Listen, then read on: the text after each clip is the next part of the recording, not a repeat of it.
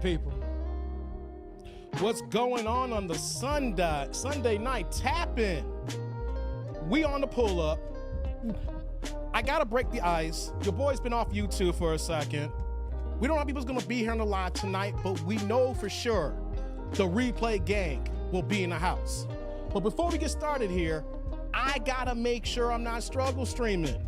All right, if anybody's out there, if y'all can hear me, press a 1 in the chat. If y'all can hear me, press 2 if you can't. Let's go.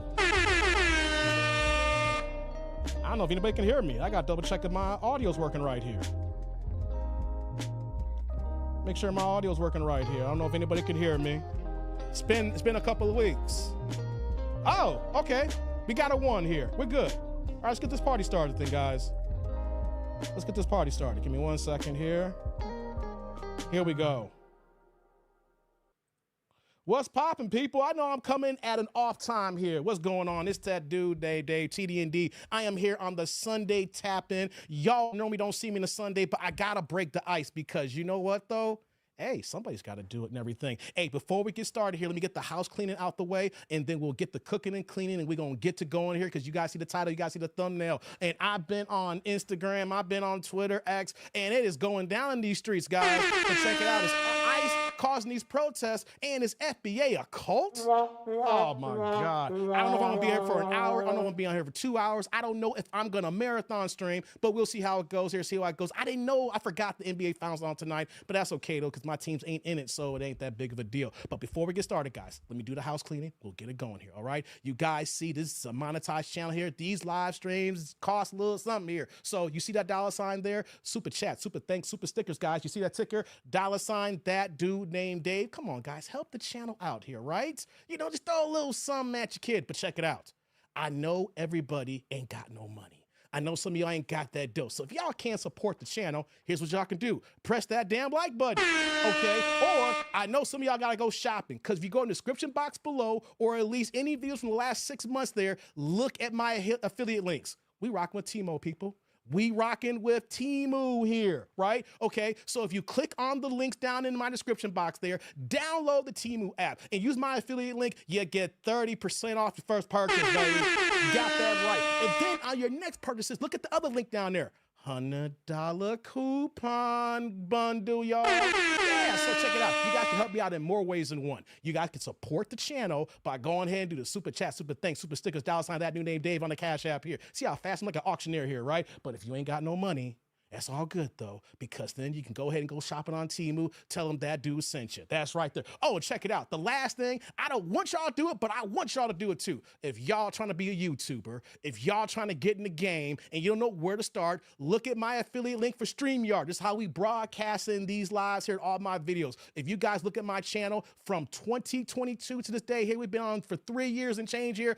Every single one of my videos been done on StreamYard. So you can see the genesis of how StreamYard's been moving from 2022 to now we're here in 2025 with my camera, and I'm looking so crispy. I'm looking so clear. Put me on the big screen. Put me on Yo Tizu. Okay, so if you're trying to get down, if you want to be a YouTuber, or if you have a business and you want to run meetings and things of that nature, go ahead, click on that affiliate link for StreamYard. You got to get the paid version. You get the freebie. I don't get no kickback. And plus, you know how the freebie ones go. You get that little watermark in the corner, and no one wants to see that StreamYard watermark. You want to get that out the way there. So show y'all love. Everything in the description box below. Thank you very much. Okay, guys, we're going to get started here. We don't got too many people in the chat here right now, and that's okay, because this is going to be for the replay gang here. Oh, before I get started here, let me say a shout out to the Ninja Watchers, okay? The people who can't type, my truck drivers, people out there in the road doing their dizzle. You can't do what you could do here, but you listen, you got me tapped in. Shout out to y'all. Like I said, shout out to the replay gangs catching it, and shout out to the tribe members.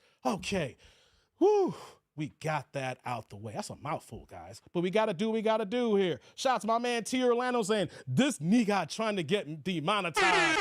They're coming for me, T. Orlando. They're coming for me. What's going on, Pooh Man saying, The Rock, finally, TD&D has come back to YouTube. Let me stop, man. I used to love The Rock, Pooh, man. Back in the day, in the early 2000s, hey, man, The Rock was my dude, man. Hey, what's going on, Almanize? Good to see you. Pooh, man, with the one. What's going on, Chad Walker? Hey, guys, Chad Walker is one of my oldest friends. I've known this ninja since the 80s. I can say that. Does that make me sound old now? You see the gray in my beard? I can say I've known this man since the 80s. Hey, Chad, don't worry about this. My tribe, my chat, notice here. He's also a former J-Dub. That's why I'm late, guys. This was supposed to start at around 8 o'clock Central Time, the top of the hour. I was on the phone with this dude. We were playing catch up here, going way back to the 80s and 90s and the 2000s, stuff like that. So I've known this man for a hot minute, and that's why I'm late. I was in the burner with this dude here. So shout out to my man C-Dub in the house. Going on, Chad. T. Orlando says, shadow banned, didn't get notifications. Okay, guys, I'm telling you guys right now, I told you I've been shadow banned, T. Orlando. That is the game. That's what's going on here. I know it. I just got to deal with it. We're just going to have to keep fighting through it. I don't know, I'm gonna use other social media outlets to start posting out when I do the lives and things like that, and dropping videos, but hey, it is what it is, you know what I mean? It's Chucky in the house. What's going on, Chucky? It's Monday morning UK, 2:20 a.m. early, burn the midnight oil, and lo and behold, this man shows to keep entertained for the next hour. Welcome, TD&D. It's TD&D by nature. What's going on, Chucky? Good to see you, man. Good to see you, man. Good to see you, man. What's going on, Thomas? Good to see you, man. Thomas in the house here. Good to see you, okay? Thanks for coming through. I'm taking the banner down, guys. You guys know support on the Cash App, $ that dude named Dave. Let's get into it, guys. Thank y'all for chiming in. I'm just going to say this part really fast so I can keep it moving. I know I've been gone for 2 weeks. So there's going to be people who will be in my comment section. They're like, damn, Dave had a live. Yes, I did. Where you been, Dave? Everything, right? So we did the last live. Everything was cool. We were cooking. We did like, what, 3 hours? We were doing the thing, right? We were cooking with gasoline, extra Crisco oil, right? Then, you know, I had the next lives planned out, and I got sick again, guys. Not like sick. You know how you get sick and your body gets weak, so you want to go ahead and lay down just to make sure it doesn't go to like that next step to full-blown sickness? Well, for some reason, it just kept lingering for like 4.5 days where that it wouldn't go to the next level, but it wouldn't break to, you know, like, damn, I'm feeling better right now. So I didn't come back, you know, like that's okay. Let me just, you know, take a few extra days off because, you know, when we do these lives, we be cooking, we go for hours, right? So finally, when I decided, okay, we're going to do the next live, right? This is last week now. We're playing catch up now. We're going to do the last week, and you guys are not going to believe this. I tell my tribe everything. The I.C.E is in the house here. I lost another family member, guys. My Uncle Donald passed away battling cancer. He had stage 4. I remember when I got the news when he found out, you know, in January, the top of the year, when he was moving from Vegas back to Minnesota to be with his family and his daughters and things of that nature. So this one it's kind of tough because this is my mother's younger brother, and she was basically talking to him on the phone like almost every day. Or like every other day, you know what I'm saying? Like she was just talking on the phone, talking with him.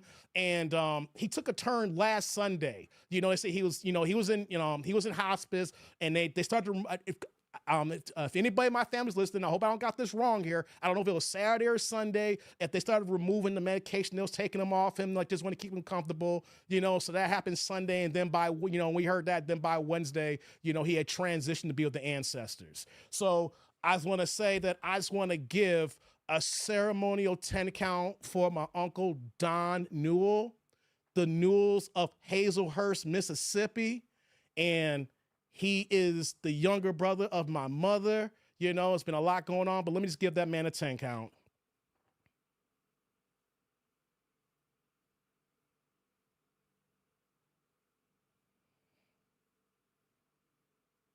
Rest in peace, Uncle Don. Hey, real fast though, if y'all knew my Uncle Don in his prime, he was a player. I mean, if you see the pictures of him, his nickname was Smokey Robinson. I mean, this man had one gray eye and one blue eye, and there were no contacts. You know, no contacts. He had one gray eye, one blue eye. He had that light skin. But you look at Smokey Robinson right now, the same hairstyle, texture, and everything. But imagine if Smokey Robinson had 2 different color eyes. That was my Uncle Don, man. He was a straight up player back in the day, man. So rest in peace to my Uncle Don. So let's get into it, guys. You guys know, oh man, well, before I even get started here too, this another reason why I'm late too. I was talking on the phone with Chad, right? I don't want to be long stroke. I just want to get this out the way because it's going to come up later. let me do a rest in peace to Greg Davis. Literally about 3 or 4 hours ago, I get a text from my cousin Ray, letting me know that one of my childhood friends, he was in the band when in my musician days. He was the drummer in the band I used to play with. I knew his father. He was actually our manager. His younger brothers also played the saxophone and the guitar in our band. Our group was called Playtime and everything. So he actually passed away today. I don't know the details yet. My cousin told me he's going to get the details. He had hit me up, and that's why I hit my boy Chad up, because Chad used to live across the street from Greg Davis and everything. So let me do another ceremonial 10 count for Greg Davis. Man, let me get that 10 count, guys.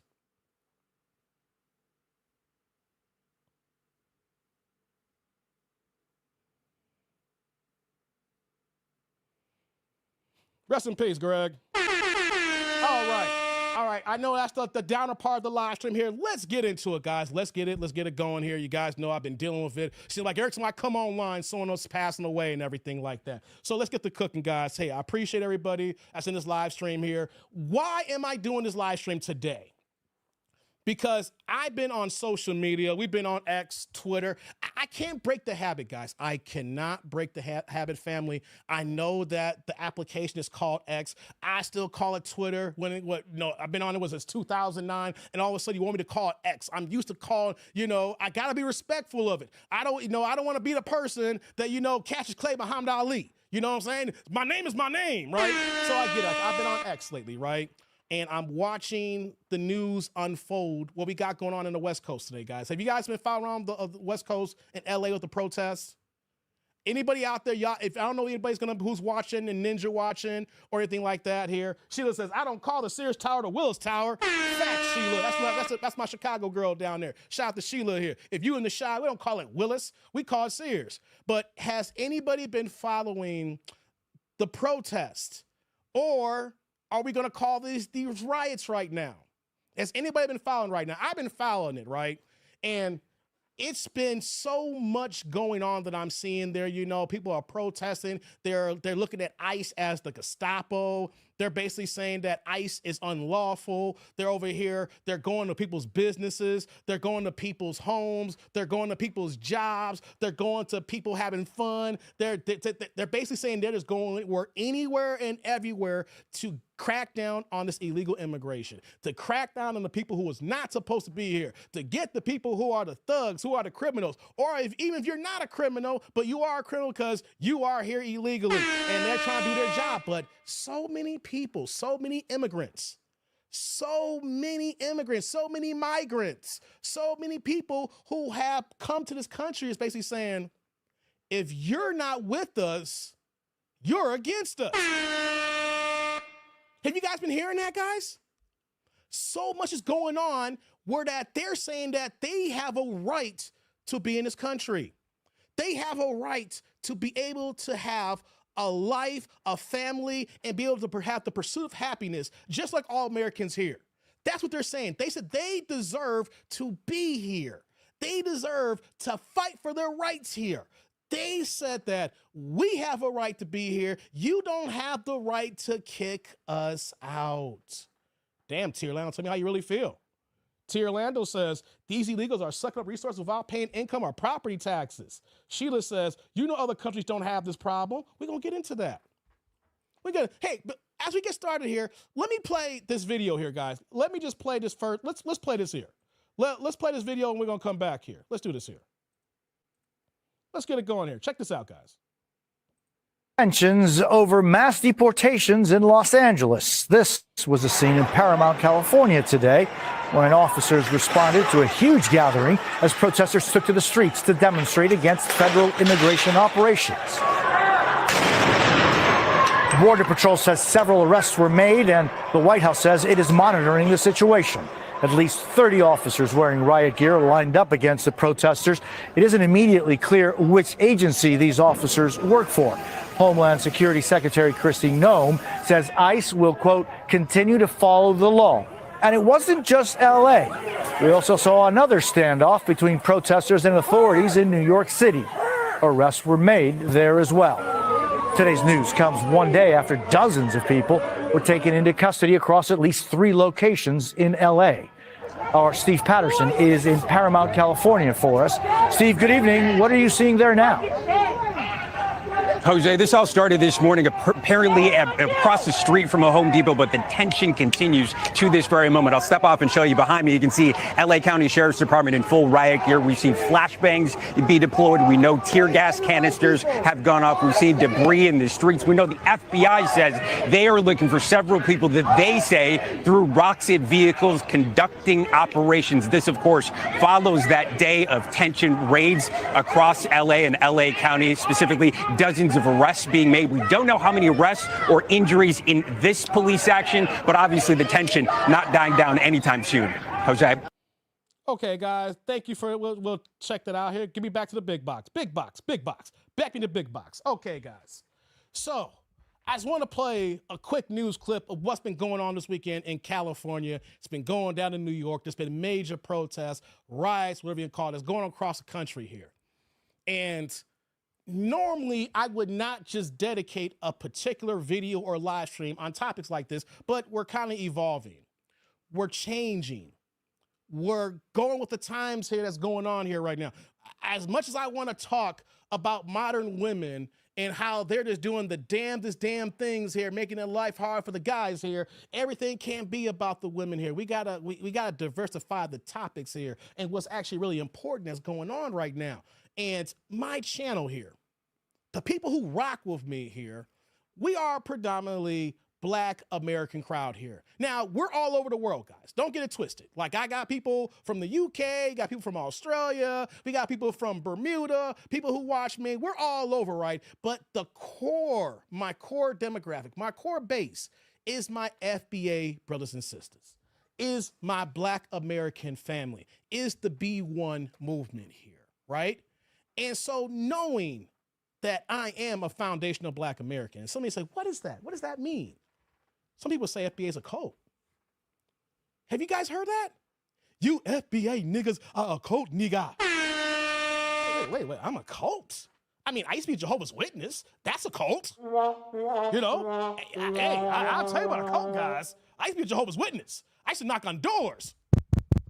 Are you ready for Jehovah's return? You know what I'm saying? Like, I used to be having those watchtowers in the wakes talking about, hey, the end of the world's coming. That's cult talk here. But when we talk about FBA, foundational Black Americans, and then I go online and I see Caribbeans, I see Africans, I see Latinos who I thought that were cool with me saying that I'm involved in a cult.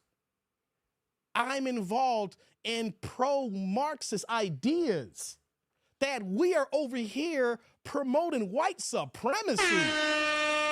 Guys, you know what foundational Black American actually is, what it actually means? Basically saying that we're African Americans, but we hate the term African Americans. And the reason why I'm saying that, I'm saying Jesse Jackson. The reason why we're called African Americans is because the push during his Town campaign when he was running for president back in 1988, and then the term being coined African American. So you want to thank Jesse Jackson. But you want to know something? My family, my moms, my peoples never adopted African American. You know why? Because my mom would literally tell us, like, I'm not from Africa. My family from Hazelhurst, Mississippi, baby.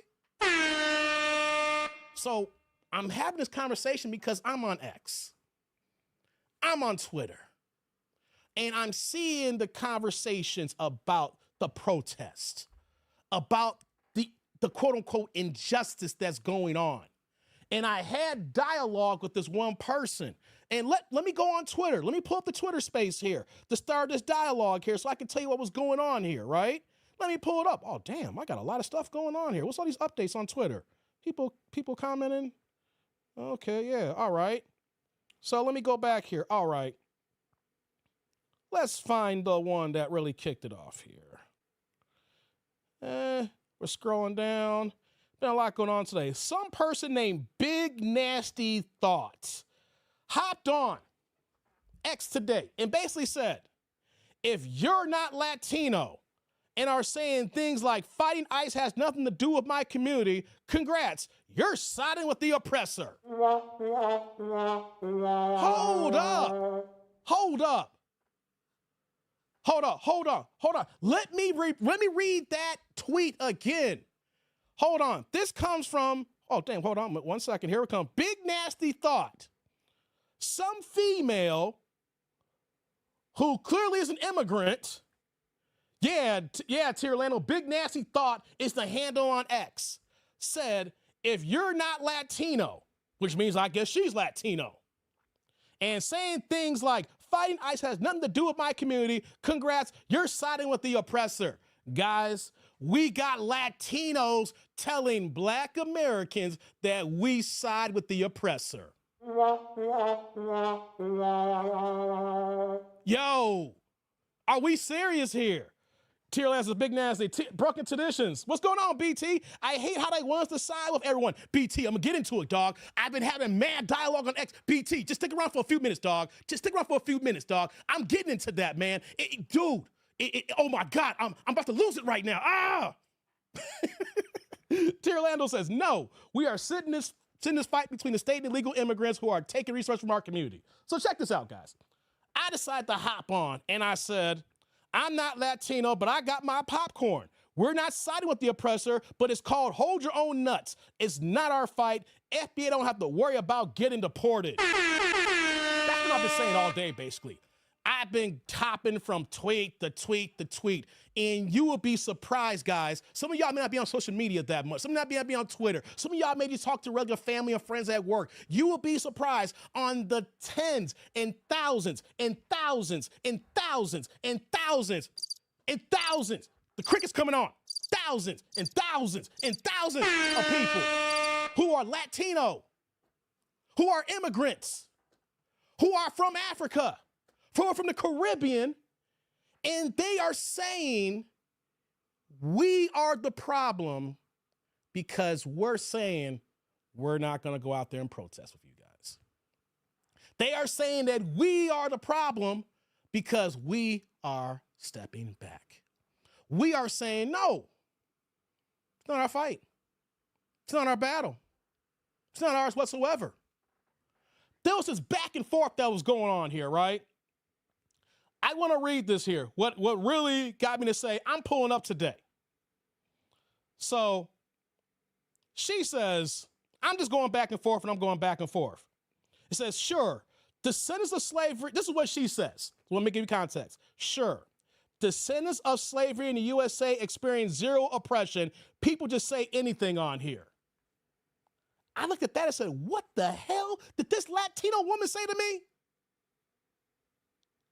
Let me repeat that again, because if you look at my profile picture, you know I'm Black.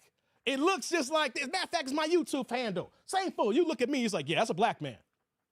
Sure, descendants of slavery in the USA experience zero opposition. People just say anything on here. I went nuclear then. I was like, hold on. This is what I said. My family are descendants of slavery. My great-grandfather was born a slave in 1856 in Hazelhurst, Mississippi. My family has gone through more in this country than any immigrant can claim today. When it comes to reparations bill that failed last year, who killed it? Guys, I'm reading that tweet. We got goddamn immigrants. We got Latinos out here are basically saying that we have zero oppression. Let me let that sink in, guys. I am literally having conversation with people telling us that we should be protesting with them, but telling Black Americans, telling FBA that we ain't went through zero oppression. No. I didn't fall for the trap. No, I didn't fall for the trap. I won the deal with her. I won the deal with her, BT. No. I won the deal with her. So then when I said this, when I said about the slavery that, you know what her next response was? She said, hold on. Okay, you're either a bot or a fool wasting my time. Have a nice day. And I just went down the timeline, and then she tried to say some stuff, and I was like, no. But I didn't fall for it. I wanted to make a statement, BT. I needed to have this dialogue. I needed to engage with these people so that I could have firsthand more experience so that I'm not just lying saying, they're just saying this, people. No. I am actively engaging these people here, guys. I am actively talking with them, who are telling us that we should stand in protest with them. They are telling us that we should fight with them. And know what we're saying? We're saying, BT, this is the reason why I said what I said here. Now, when I get to the end here, where's my last part? What did I say? Oh, she started sending some more stuff to me. Wait a minute, hold on. Oh, guys, I just saw something here. This woman is trying to search for me on some damn Gaza? Hold on. Oh, I got something to do. I got something to do after I get done with this live stream here. Oh, wow. This woman had the audacity to try to search for something on Gaza. Oh, my God. The whole point here, guys, she really wants your D. FBA all day. What's going on, Indoor? I am actively engaging this, guys, on purpose, because I need to hear it firsthand out of their mouth, or what they're typing, what they're actually saying to us. I don't hide behind no dog avatar. I don't have no janky ass picture. When you see me, you see a black man. You see what's going on here, right? Matter of fact, let me go ahead.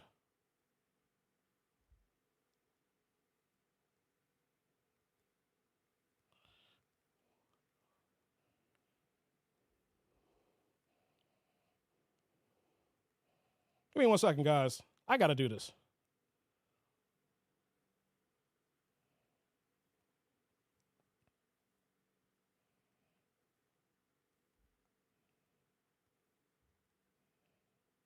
Give me 1 second, guys.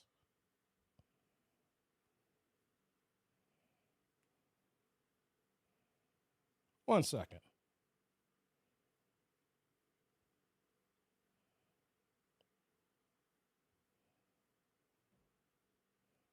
Oh, wow. This is crazy. This is crazy. I'm glad I'm doing this live stream right now. This person is trying to search for me on my comments on Gaza and Palestine. Before I get back to my point, Tribe, last year, I did a brief live stream about Gaza and Palestine, and it was very, very brief. You know what I said? We ain't talking about that ish. We ain't talking about that damn war. That is not our war. Once again, that is not our fight. You see what they're trying to do to us, guys? In real time on this live stream here, shout out to everybody here. Lights up in the building. I am literally having conversation with people, and they want black Americans. They want foundational black Americans to fight for illegal immigrants. They want us to fight for tethers. They want us to fight for Israel. They want us to fight for Gaza.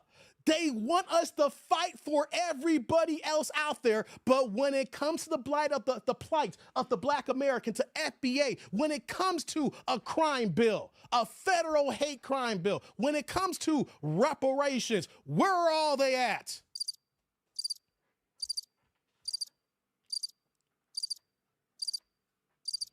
Oh my God, hold on. Oh my God. Oh my God, I can't believe it. She's trying to get your access denied on all platforms, says BT. No, you can't. I ain't worried about that. I ain't worried about that. But let's bring it back now, people. Let's bring it back. Let's bring it back. I want to talk to the people here. Why do they want us so bad to fight for their battles? Real question. Why do they want us to fight for their issues when they don't give a damn about us? Why are they trying to make us be on the front lines and be crash test dummies for their fight, for their battle, for their issues? How come they don't have a representative? How come they don't have a leader? How come they don't have what's going on to bring up a coalition for them to get going what's going on here? Because you know why we're sitting back, people? We've honestly, it took us a long time. Some of us a little bit slower than others. And this is not a hate talk here. This is not hate. This is reality. I love everybody. But my thing is, I don't got to fight for you. You could be my homeboy. I ain't going to blows for you. Why do they want us so bad when they don't want us? Hold on, before I forget here, shout out to my man BT for the first holla of the night. My man dropping the $4.99, $5 holla, pushing the green plate here, guys. Guys, green plates, red plates, orange plates, yellow plates. It don't matter. You Sunday night, you in the church of TD&D here. Go ahead and show y'all love. Keep the plates passing. We got green plates saying, we didn't even win our fights. How can we fight for them? My man BT in the building. My man BT in the building. Hey, brother BT, salud. Thank you for the holla. I appreciate you, man. Thank you, thank you, thank you. Right back at you with that first super of the night. Oh, let me go ahead and announce it over here. Go ahead there. I can't believe these people want to do this to us here. Let me go back over here. Let me go ahead and acknowledge you. Thank you, BT. Appreciate that love there. But it's not just the Latinos who are trying to do this to us here.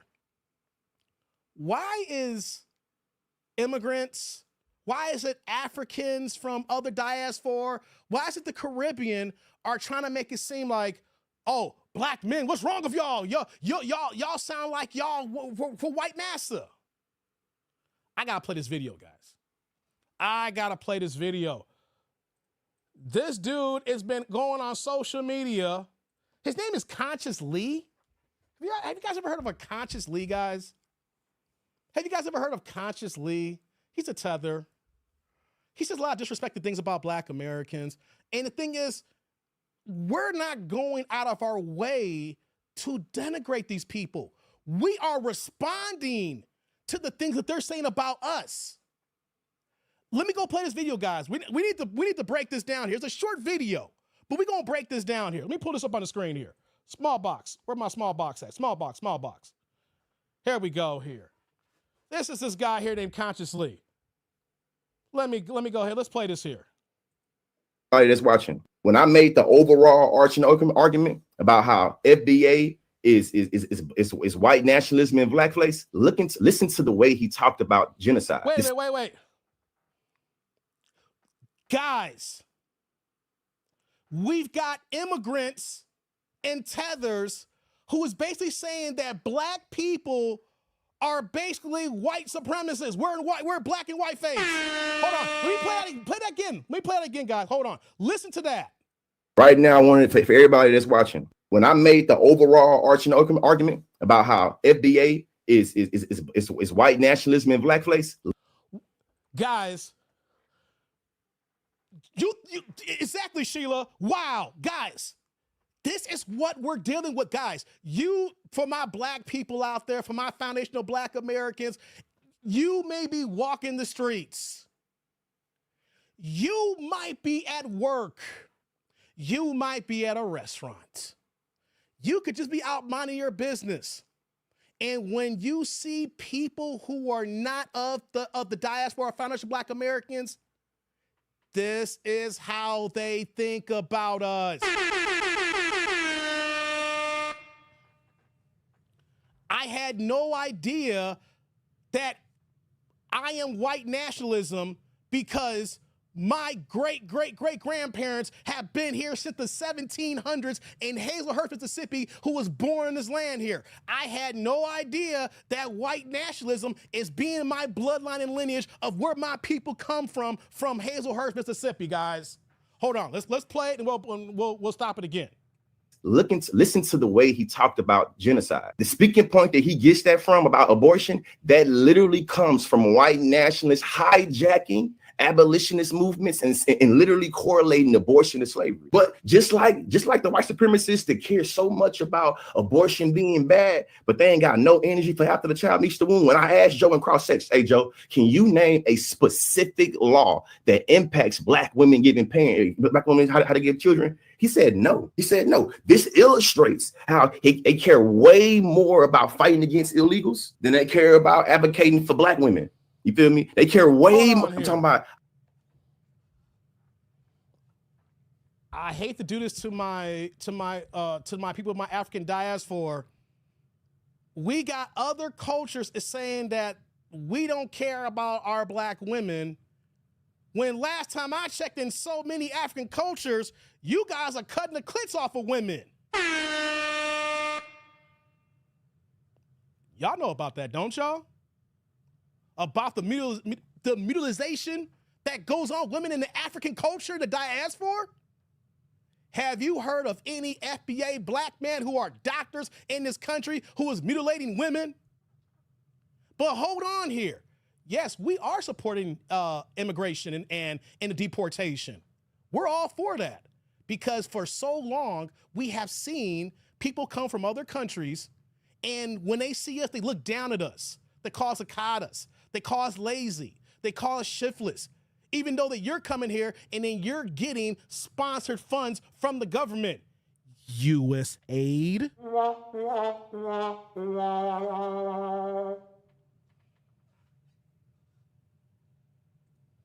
If I'm talking backwards, how about you come up then? I'll do a solid here. If I'm talking backwards, there's a link. Why don't you come on up, turn your camera on, make sure your mic is sound good here. Come on up here, man. Come on up. If I'm talking backwards, come on up, man. If I'm talking backwards, come on up. How about that? How about that? Because this person here is saying that I am part of white nationalism. I need you to explain that. I need you to explain how a black man like me, who is with a black woman, who has black chocolate kids, who has helped raising my nieces and my nephews, who come from black mother and father, who is from the South, who come from other black people, aunts and uncles from Hazelhurst, Mississippi, from Benton, Kentucky, all the way down to the 1700s. I just need to understand, why are you saying, he is saying that's white nationalism? Why is that backwards? I need to find out. I need to know. And how's it that everybody speaks on us, but they get mad when we respond? How's it that it's a problem when we respond, but you guys are constantly talking about us? We don't go out of our way to talk about immigrants and the diaspora, things of that nature. We're minding our own business. Have you guys noticed all the line dances that's going on in the world today? I'm seeing FBA brothers and sisters do a new line dance every week. We mind our business. So how are we white nationalism? Let me continue. Let me play a bit more of this video here, guys.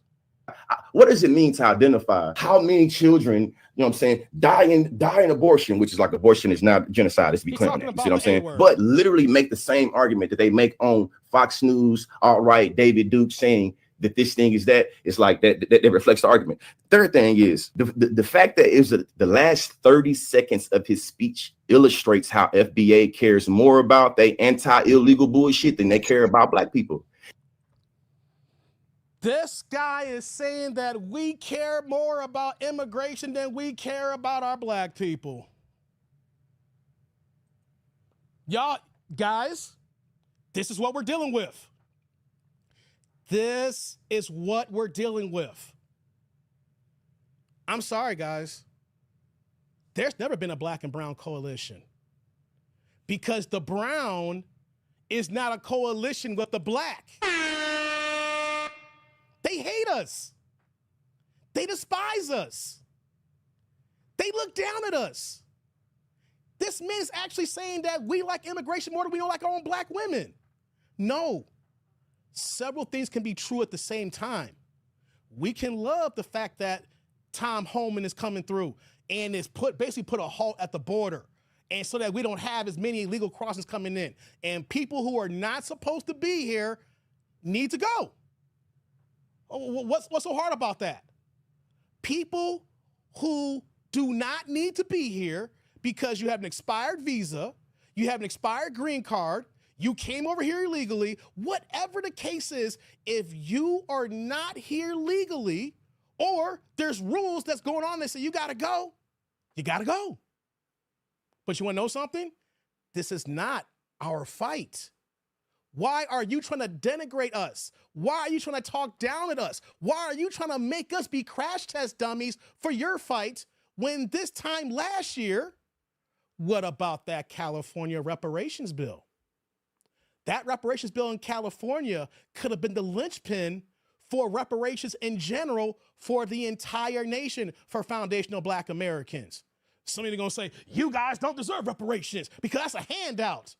Wait a minute. My great-grandfather, who was born in 1856, born a slave for the first basically 10 years of his life, and then after coming out of slavery and going right into Reconstruction and segregation, and then having land taken away from us to the fact that our family was involved in the 1999 lawsuit against the U.S. Agriculture so that we can get funds distributed to us because the things that was illegally done to us here, we had to sue the government and we won in 1999. Look it up. And that still was just a drop in the bucket because we didn't get our land back. My family didn't get their acres back. They didn't get their items back. They didn't get their wealth back. It was taken from us. But you know what they keep telling us? Oh, you guys are lazy. It's a handout. You see, this is white supremacy, guys. They're repeating the talking tropes here of white supremacy, and they don't even know it, but they're telling us that we're white supremacists. Looks like it's one big-ass circle jerk. One big-ass circle jerk. But here's the thing, though. Why are you saying the things about us when we're not even talking? We're just minding our own damn business. We're just minding our own damn business.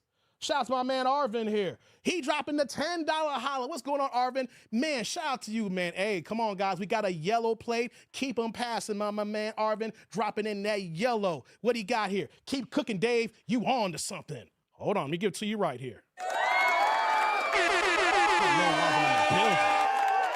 brother Arvin. Hey, brother. Salud. Thank you for the holla. I appreciate you, man. Thank you, thank you, thank you. And right back at you with that super. Oh, man, let me acknowledge you down here, man. Let me acknowledge you over here. I'm glad I pulled up today. I don't know how long I'm going to be up here tonight, man, but I'm glad I pulled up. Says, he's ramming a dude named Richard. Hey, come on, T. Orlando. Bunnies forever, birds never. Sheila says, abortion is genocide. You're killing alive. Thomas says, he needs his ass whooped. They need to go paranoid. Yeah. Hey, what's going on here? Yes, indeedy here. Appreciate you, Arvin. Thank you very much. Let me play a little bit more of this guy's video here. Guys, I'm playing this video for a reason. When have you heard FBA talk about other groups just off the rip? You see us respond. We had to respond. What's going on here? We don't start it, but we're responding to finish it. When do we go out of our way to denigrate other cultures? If anything, if it wasn't for the 14th Amendment, they wouldn't be here today. We fought hard. I would never forget that when I was younger, I always had a funny feeling in my head. I was like, why are we fighting for other Africans back in the 80s during apartheid? Do you guys remember the movie School Days? Spike Lee had a big part of the movie. The big focus of that movie, School Days, was about college students. You know, Lawrence Fishburne's in the movie. Giancarlo Esposito's in the movie. And, you know, one of the things that Lawrence Fishburne said in the movie, an atrocity against blacks over there is the atrocity against blacks everywhere. We got to fight for South Africa. They felt that the fight for the brothers over there is the fight for the brothers here. And I understand that's a noble cause. At 8 years old when that movie came out, I didn't get it. You know why? Why are we fighting for others when we still got the fight here at home? We ain't won the battle here, so why are we removing our resources to help others? We can't help others until the work is done in our own household. Shout out to my man T. Lee in the building, been a member for 30 months. What's going on? He sounds like Damon Wayans' prison character. I know, man. Shout out to you, T. Lee. T. Lee in the building. Shout out to you, man. BT says, no lie, I've heard some FBA go out of their way to get at other groups. Man, we fight for them, but they never fight for us. We behind enemy lines. Exactly. We don't go out of our way to denigrate people. But guys, before what's going on right now, didn't we go out of our way to fight for other people? We're always fighting for others. And this is the payback that we get. Let me repeat that again, guys. We have been fighting for other Black diaspora groups. And this is the thanks that we get. This is the thanks for the 14th Amendment. This is the thanks that we said, hey, that's a Black person. What's going on, Black man? Guys, I thought something was wrong with me one day when I used to give my, the universal head nod. Guys, when you're walking down the street and you're doing the universal head bob, you see another Black man. Hey, what's up, man? What's up? You do the head nod, And then I remember the first time I did the head nod and a Black man didn't nod back at me. He gave me the meanest scowl, like, And I was like, oh, damn. Did I not give him the right head bob? Wait, was it too stiff? What? Do I got something on my face, on my nose that look crazy? Wait a minute. Is my Blackness gone down a few notches because someone didn't recognize the universal head bob? Right? And then once again, I saw some other brothers, years later, say, hey, what's going on, brother? What's going on? Hey, what's going on? Hey, Black man, what's going on? I was like, hey, what's going on, man? Hey, what's going on? Hey, what's going on? Hey, what's going on? And then once again, hey, what's going on? Is my neck right? Wait a minute. Okay, did I do something wrong? Did I disrespect the culture? Hold on. And then I figured out what the problem was, guys. I figured out what the problem was. Every single time I did not get a nod back, they were African. Dave. Yo, Dave, is that you? Yeah, it's me, Derek. It's me. What's going on, Clifton? They were African. Then I was like, oh, but they Black? Come on. No. They're Black, but they're not Black American. They're Black, but they're not foundational Black American. That's when I realized it wasn't nothing wrong with my head nod. You just ain't me. And that's cool, people. That is cool that I am not you and you are not me.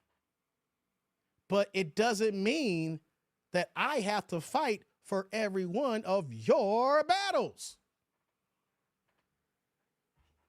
Let me go ahead and play some more of this guy here. Lord have mercy.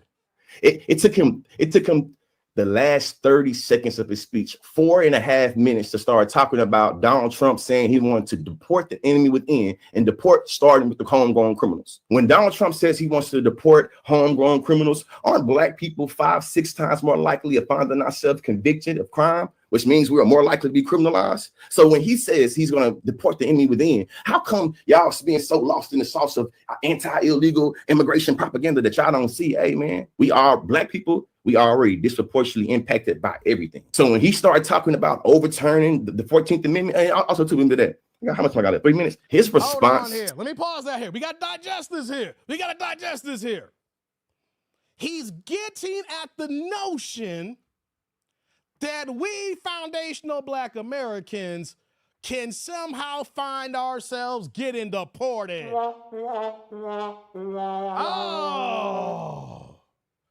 Oh. Whoa. Hold on. Let me keep playing here, guys. We've got immigrants telling foundational Black Americans that we can get deported too, people. Oh, you gotta fight for us, because once they're done with us, you know what's gonna happen? They're gonna come for you, brother. Oh, wow, really? They're coming for me. Hold on, let's continue.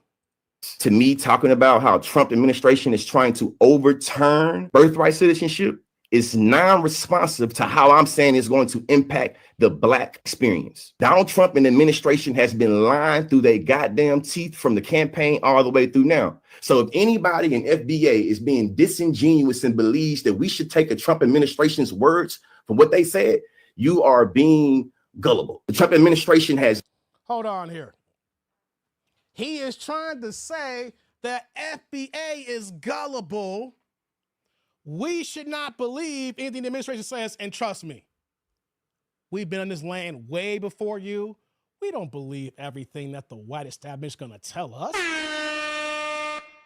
Hold on here. He is telling us that we should not believe anything, and then once they deport everybody, since we're falling back with our popcorn in our hands here and we're enjoying the ride here, that we foundational Black Americans are going to be deported next. Hold on, let me finish this off here. Has lied so much about the way in which they're going to pass laws in this. And then also this right here, to people like Nick that wants to claim how FBA voted for Kamala Harris. I seen more people in FBA. I seen more people of FBA talking shit about Kamala Harris being a tether and saying, what's Ricky she say? Man, this Trump guy kind of growing on me. What are they gonna do with the illegals? So this is what I want to say right here. In my big audience, people like Nick, y'all being disingenuous. Okay, hold on, guys. Let me go back to my big box. Big box. That's just one of his many videos on X, guys. I pulled that one up because I was responding back to it. I responded back and I said, this is exactly what I said to him. Deported? Where are you going to deport me to? My 5-time great-grandfather is from Hazelhurst, Mississippi, guys. Hey, guys, we have to be conscious-minded to understand that they're trying to give us so much spin action. They're trying to give us so much spin action. Oh, thanks for the update, Clifton. Says, I'm sorry. I don't want to be around criminals either. Yeah. Hold your own nuts. Thank you. Whatever drugs he's taking, I don't want it. I hear it. T-Lan says, we not taking any words or sides. Exactly. Tell him, Dave. Said, the Black experience. Right. The Black experience. Boy, this is not our beef. I voted for Trump. Look at this here. So we should believe the Biden administration who allows... Thank you, BT. So you don't want us to believe Trump, but you want us to believe Biden and Kamala, right? 1895, my grandfather. That's what's up, Indoor. Kamala Harris is not even Black, yes. Deported back to Alabama, I guess. Guys, they are trying to give us spin action. They're literally trying to say, if we don't help them out, we do not support their cause. We do not go in the streets to fight.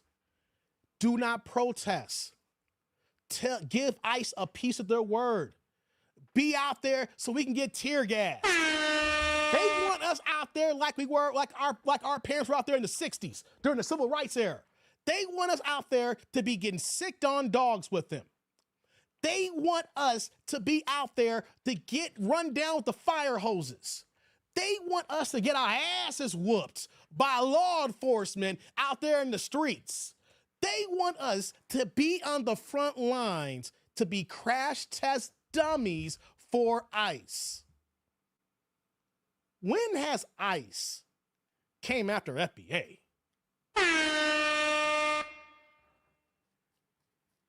ICE is looking for immigration. Last time I checked, I'm an American. You know what they're going to say? They're going to come for you too. Look at your skin. I want to ask those freedom fighters a question. Where are you going to deport me to?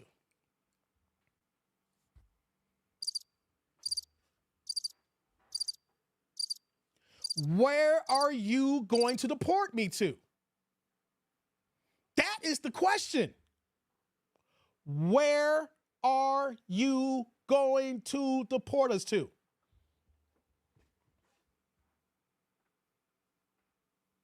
Try it. Hey, Clifton, where are you getting deported to?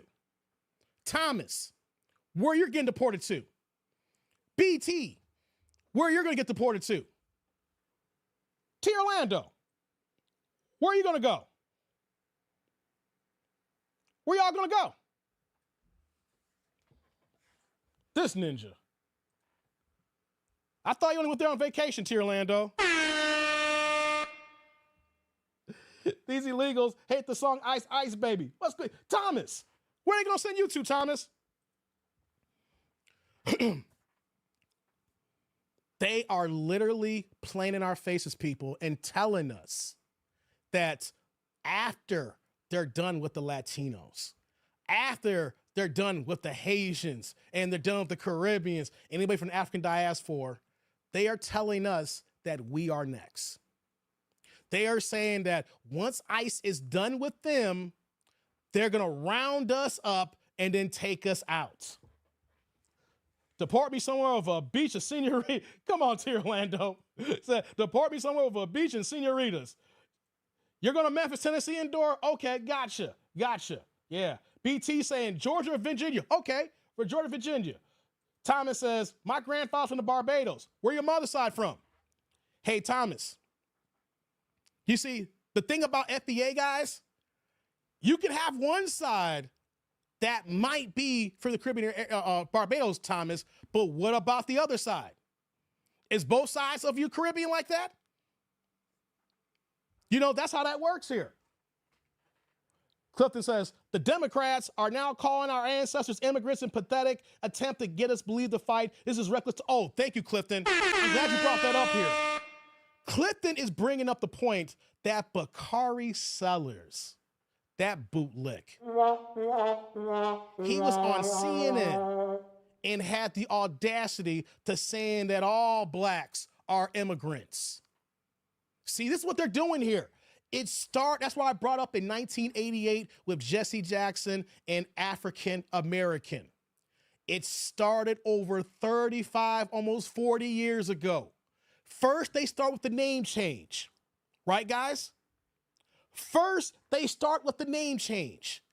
That way that they can make us into one big-ass melting pot.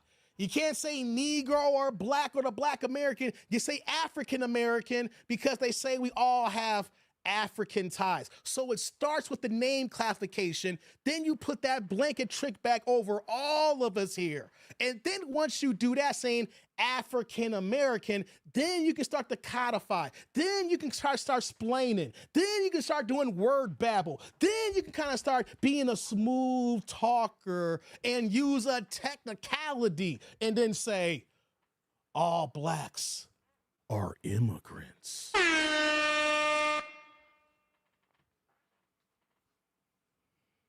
My people ain't immigrants, Bakari Sellers. He said that because his family is from immigrant background. I believe, Clifton, he said that his grandfather is from Grenada or something like that. There is nothing wrong if you are from somewhere else. The issue is, why are they so hard to make us them? And we are telling them we are not you, and that's not a diss. You can be you and we can be we, and then they're still trying to make us them. They're going to deport me from North Virginia to East Virginia, a whole 2-hour drive. Hey, come on, man. A 2-hour drive. Hey, you ain't got to be deported. You can call them. Hey, I'll move across. I'll go to the next county. All right? Can you give me a stipend to move my home? Hey, Abdullah, you ain't got to get deported. You can just ask for a stipend to relocate you from one house and over in Virginia. Shout out to Virginia. Thomas says, my mother was born in Boston. Okay, but I'm saying, though, Boston, but we got to go further than that, right? To claim FBA, you got to, when we go from our mother's side of the family or our father's side. And, you know, we go from there and it branches out because, you know, they had two parents and then it goes two parents that keeps branching out. your mother from Boston, but as long as you have somebody from the lineage, the line, that can date back to the 1865 census when that slavery ended. If you can go back to the 1865 census on one line, the lineage, from that standpoint, you are FBA. Just because you had another part, one half of your family that's from another side, if you have that lineage not broken, you FBA, brother. So yes, that's what we're talking about. Bakari Sellers, yes. Slavery equals immigrant. Tierland, that's what they're trying to say to us here. They're trying to change words and trying to say that slavery is the same as immigration when that's a goddamn lie. Because at least the immigrants, no matter what they said the conditions are in their homeland, they had a choice to come here. They could have immigrated to any other country, whatever means to get them there. They chose America. That ain't the same as goddamn slavery when we didn't have a choice. BT says, no way, Clifton. Ain't no way they said that. Hey, BT, for your next live stream or your videos, I need you to go on YouTube and pull up Bakari Sellers on CNN. Say, I'm just going to go ahead and get your new next videos out there. Pull up what Bakari Sellers said 2 days ago, saying that blacks, all blacks, came from immigration. On CNN, and he was arguing with somebody about it. He was standing up and putting a finger in the face. Oh, my God. Sellers went to the Boulay Central Morehouse. Oh, my God, yeah. Derek says, all I know is my grandfather's from the South. I traced my roots to Kenya. Hey, Derek, it's real easy, brother. Just go ahead and start doing the homework now. You can trace it back to 1865 real easily, man. It don't take that long. Shout out to my man BT again, coming back with a $4.99, $5 holla. He pushing the green place. Leave the crafts 1 hour mark, man. Thank you, brother. What you got for me? Why can't they come here legally? Name another country that will allow this many illegals, migrants. I'll wait. Hey, man, let's talk about that. Let's talk about that. Hey, brother BT. Salud. Thank you for the holla. I appreciate you, man. Thank you, thank you, thank you. And right back at you with that super. BT, I'm glad you said that. I am so glad you said that. Hold on. I want to get to the other super too as well, and then we're gonna get to BT's comment. I'm saving the super here, but let me get to Clifton here. Shout out to my man Clifton. He got the $5 holla also pushing the green plate in the chat. What you got for me, Clifton? Says both my family sides go back over 200 years in America. I haven't found one immigrant in my family. Yeah, exactly, brother. Hey, Clifton, we the same, man. We're the immigrants at my family, brother. Hey, Clifton.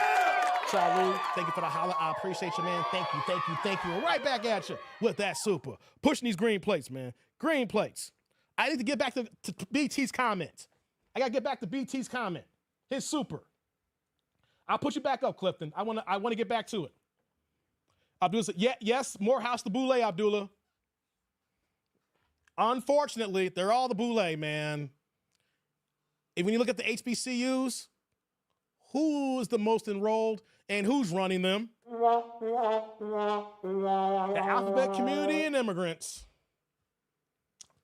BT, I'm asking myself the same question. Guys, why do we hear so many stories and situations where you see this sad-ass family?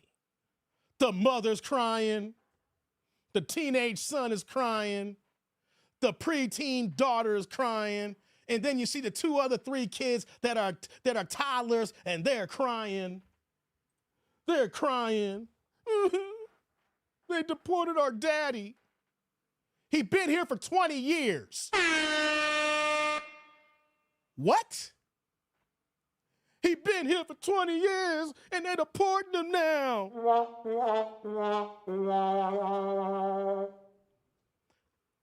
BT, T. Lee, T. Orlando, Derek. We've got so many sad-ass stories of people who have been here illegally for 20 years and they're crying their asses out because now they're getting kicked the hell out. And the question is, does it take 20 years to become a goddamn American citizen? Hell no.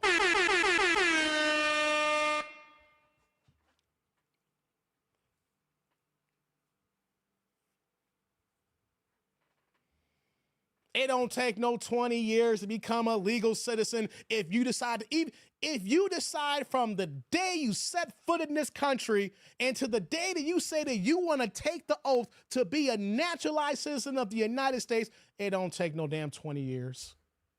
It don't take no damn 20 years. And the reason why I feel so fervently about this, I'm going to keep telling the story because you guys know who follows me. Rest in peace to my best friend, Zoe Stallings, Dr. Zoe Smith. That's her maiden name is Stallings. She passed away 2 Matter of fact, guys, her anniversary of her death is next week. She left this earthly plane 2 years ago, cancer. One of the smartest black women that I've ever met. But she was born and raised in Jamaica, and her family immigrated when she was 9 years old to this country. And you want to know something? Her parents made sure that their green card immigration status was up to par. And then when she became an adult and when she wanted to go to college, she had to sign documentation as well when they all came here, basically said that they will not be a burden to the United States. She paid out of her own pocket and took personal loans to go to University of Chicago, to go to MedPrep, to go to Loyola University, to become a goddamn doctor. And then once she graduated school, you know what she said? I'm going to become a naturalized American citizen because I've been in this country and I don't plan on going back to Jamaica here because this is my family, this is my home now. And when she made the conscious decision, she became a naturalized citizen within 2 goddamn years before she passed away. So you're going to tell someone who I knew, I saw firsthand because it couldn't happen during school. She was working her butt off during undergrad and then becoming a doctor. And then once she graduated school, she was like, you know what? I'm going to, she started her family. I'm going to become an American. And she went ahead and did it. And next you know, she's sending me pictures that she's in New York doing the oath. Became a citizen.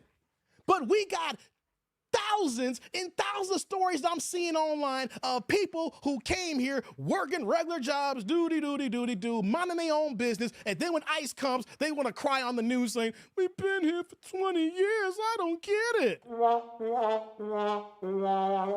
No. There's rules and regulations to every country you got to come into. If we go to Italy and we violate our stay and they find us, what they're going to do? Italy's immigration laws is going to do what they're going to do and kick our black asses out. If we go to Russia, what they going to do? You go to China, what they going to do? You go to Japan, what they going to do? You go to Australia, what they going to do? You go to South America, what are they going to do? But why is it when it comes to America, people is fine with breaking the rules? People is fine with breaking the law. You know what, guys? You know what I'm actually thinking? They come to this country thinking it's the American way to break the law.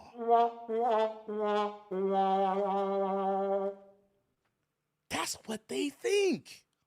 Why would you come here and then have indignation and cop an attitude when you are told to go when you don't follow the rules? Let me get that straight here. You got an attitude because you don't want to follow the rules. You have the audacity to be on American soil and wave whatever flag that you come from in solidarity.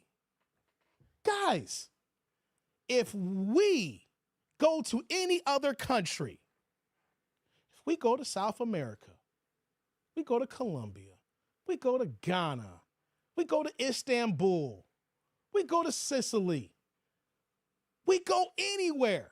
And if we start some mess and waving the American flag saying, USA, USA, USA, how fast is that government is going to swipe our black asses down, give us a goddamn people's elbow, and kick our asses into their jail cells and it's saying, USA this, and you know what, though? We're going to USA back your ass black to that country.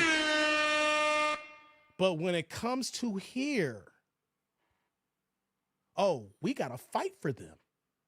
They want black people to break the law so they can stay here. You know what it is, people? You know what it is? Guys, I've been talking this whole time here, and people who know me knows I love a good old-fashioned. I made me an old-fashioned. I've been here almost an hour and a half and I ain't drink. I got to take a sip of my old-fashioned, guys. Hold on. Oh, boy. You know what it is, people? Guys, turn your volumes up. I'm going to tell you something that you guys already know, but I need to hit this on the forehead. As much as they disrespect black Americans, as much as they talk down about FBA, as much as they want to call us shiftless, they want to call us lazy, they want to call us cicadas, they want to call us everything under the sun and then some and twice on Sunday. But at the end of the day, guys, hold on, turn this up. Turn this up. At the end of the day, guys, at the end of the day, guys, at the end of the day, they know the facts. They know the truth. And they're jealous. They're jealous. Hold on, turn the volume up. I'm losing my voice. I'm not really losing my voice, but they're jealous. Wait a minute. They're going, why we're jealous of you? Why we're jealous?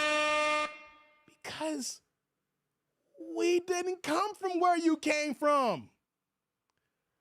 We are the blacks that is carrying the black diaspora as black Americans. Where is your European Beyoncés? Where is your African Beyoncés or Curtis Mayfields? Where is your Ghanaian Jay-Z's here? Where is your South African Miles Davis? Where is whatever it come from? Where is your Talib Kweli's? Or where is your Stevie Wonders? Or where is your Mary J. Blige? Where is your FBA? The excess that we have here in this country here. Where is your Michael Jordan's? Hell, whatever you can say about Oprah Winfrey. But the thing is, who is in our diaspora? Where is yours in your other country? And the fact that we have all that and we are still here, we've got our asses whipped, we got our asses beat. We went through slavery, we went through Jim Crow, we went through peonage, we went through redlining, we went through Reconstruction, we went through the Civil Rights Movement, and we're still fighting. We are still here and we are still standing strong, and we are the most wealthy blacks of any blacks in this world here. And they're jealous because we don't give up.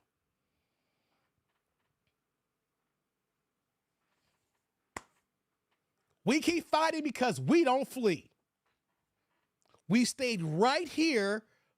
And then you know what? When we're seeing things happen to others, because they've seen the history of us fight. And they know when we fight, we bring that major spirit. We bring righteousness. We bring what comes with when we come to fight here. Because they know when FBA comes to the battlefield, we know when we come to fight, we know we're fighting for a righteous battle because we have what's all right on our side here. And when we sit out, you know what they're saying? Wait a minute, you always fight for what's right. This is right here. And you know what, though? That's not our right.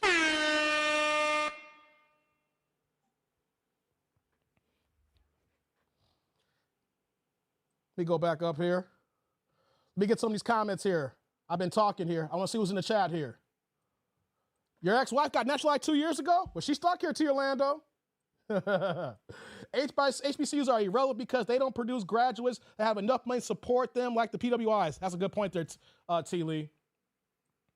That's a good point. Jamaicans don't play that. I know so many became citizens legally. Yeah, BT, that's what I'm talking about. I'm using my example. Like, me and you can agree here. If I seen the example of someone who's a Caribbean, an immigrant, and they came here and did it the right way, guys, I want everybody to hear this here. I got nothing but love for you. If you came from another country, you followed the rules, regulations, green card status, immigration status, everything. When you do it legally, that dude named Dave's your friend. Plain and simple.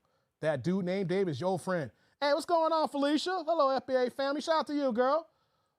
Hey, what's going on, Frankie Mac? I'm in LA. I think they're going to do martial law. Okay, okay, I'm glad we got somebody here in LA. Before I forget, For my FBA people on the West Coast, if y'all in LA, another reason why I'm saying this is not our fight, if they deploy martial law and they bring the National Guard out, who do you think they're going to hit on the side first when they coming through the streets?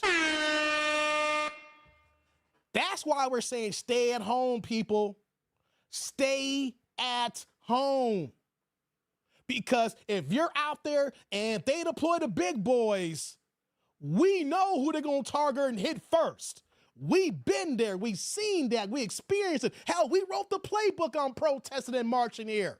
So when it's time to sit it out, Frankie, sit it out. This ain't our battle. Let them get tear gas. Let them do all that stuff there. But since it's not our fight, we're not going to get tear gas for nothing. Stay at home, people. Stay at home.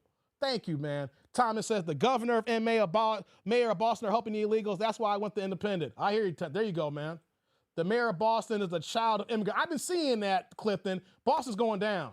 T. Lee said, didn't that dude that got his wig pulled off, ain't he that Jay-Z? What are you talking about, T. Lee? I missed that. He's from Barbados. I thought that he's FBA, Abdullah, because I've heard him talk about that. I could be wrong, Abdullah. I've heard him talk about FBA. But if he's not FBA, okay, I'll fall back on that. You know what I'm saying? I thought he was FBA because I heard him talk about it. But if he's not FBA, but here's the thing though, guys, I don't have a problem with allies because I've heard them speak positively before. But if he has different rhetoric, we got to bring him back to the conversation, to the congregation. But I don't have a problem with allies. If you understand our plight and say, hey, Dave, now this ain't y'all fight, sit back down, we good. There's no hate here. The problem is, why are they making us crash test dummies for your fight? You know what I mean? Yeah, shout out to you, girl. I said they came from a country where the 90% and they roll over from the Europeans, the Chinese, Indians, and the Russians. Thank you. Felicia says, I'm in San Francisco, the Bay Area. Stay at home, baby girl. Hey, if you know other FBA brothers and sisters out there and you see us, I know that's LA. Anything after 10 p.m. at night, regardless nowadays, guys, that's nothing but the devil. Nothing but the element is happening after 10 p.m. night. And if you're on the West Coast, be safe out there because you know what's going to happen when they deploy that. They're going to start banging on the blackheads first here. And since it's not our fight, why do we need to take an unnecessary ass whooping? You know what I'm saying? I could be mistaken. It's all good. No, it's all good though. He could be. You know what I'm saying? But as long as he's an ally, I'm cool with that. You know what I mean? That's the whole point. Says there was a famous African artist that got his wig pulled off on stage. For real, T. Lee? I missed that. You guys sent that over to me. I missed that, man. I totally missed that. But FBA family, we're on the side of righteousness right now. Yeah. I said that. We're on the side of righteousness right now. Because the other groups know when we're not fighting for it, all hands on deck. If the blacks, FBA, or how you want to label us, it's like, the niggers, the niggas, you know? If we're not out there stomping, they know it's open season. Because they know when we're out there, they know they got a fight in their hands. They know they got to come with. They know they got to bring the artillery. Bang, bang, chitty, chitty, chitty. You know what I'm saying? They know that because they know how we get down. But if they know, say, hey, the Negroes are sitting this one out here. Hey, honey, all these illegal Latinos here. And I'm on social media. And all the blacks, they're saying it's not their fight. Okay, honey, let's get them. That's what's going on. They know that since we're not on the front lines, it's not righteousness. They want to talk about us when we protest. Oh, look at them, they're marching again. They always got something to cry about. Oh, Lord. But when they don't see us and they see them marching, know what they're saying? If the Negroes are not marching, it must not be that big because they're always marching. Guys, that's what I'm saying. We're on the side of righteousness right now. And it's the one time in history where we're saying, hey, guys, we've been asking for this black and brown coalition forever. We've been asking for us to be on the same side of what's right and right and what's wrong is wrong. What's going on, 2 Cents Boxing? We've been asking for you guys to do what's right. We've been asking you to fight with us, to battle with us, to be on the side of what's right is right and what's wrong is wrong. And you know what they told us? All they do is complain. The blacks are lazy. Look at them. Oh my God. Look at affirmative action. Look at them. Affirmative action. We've given you so much. We've given you so much, and look what you do with it. Well, in actuality, we didn't benefit from no goddamn affirmative action, guys. I'm glad affirmative action's gone now. Because you know who benefited the most from affirmative action? White women. Exactly, Clifton. They're over there always being a goddamn victim. They're always being a victim. And you know what we're saying? Okay. Up to the point where last year in California, we had a reparations bill on the table. That could have been the landmark deal in California that could have spread legislation to every single state, to every foundational Black American. Because unlike giving money to the Ukraine for the war, reparations would stimulate the economy. You say, how is that? Wait. Reparations would not only just benefit foundational Black Americans, it would benefit the entire country as a whole. Whites would benefit. Latinos would benefit. Asians would benefit. It don't matter what group or section that you're in. If we get reparations, the United States wins. How is that possible? You say, how's that possible? Well, check it out, though. You see how the Ukrainians are talking crap about us now, you know, and everything like that. You Americans, dude, I was responding to people who are getting mad at Americans because who were supporting down to vote for Trump and the money well's been cut off. And they're talking crap about us now, right? When the money went to Ukraine, did any of that money come back to the United States?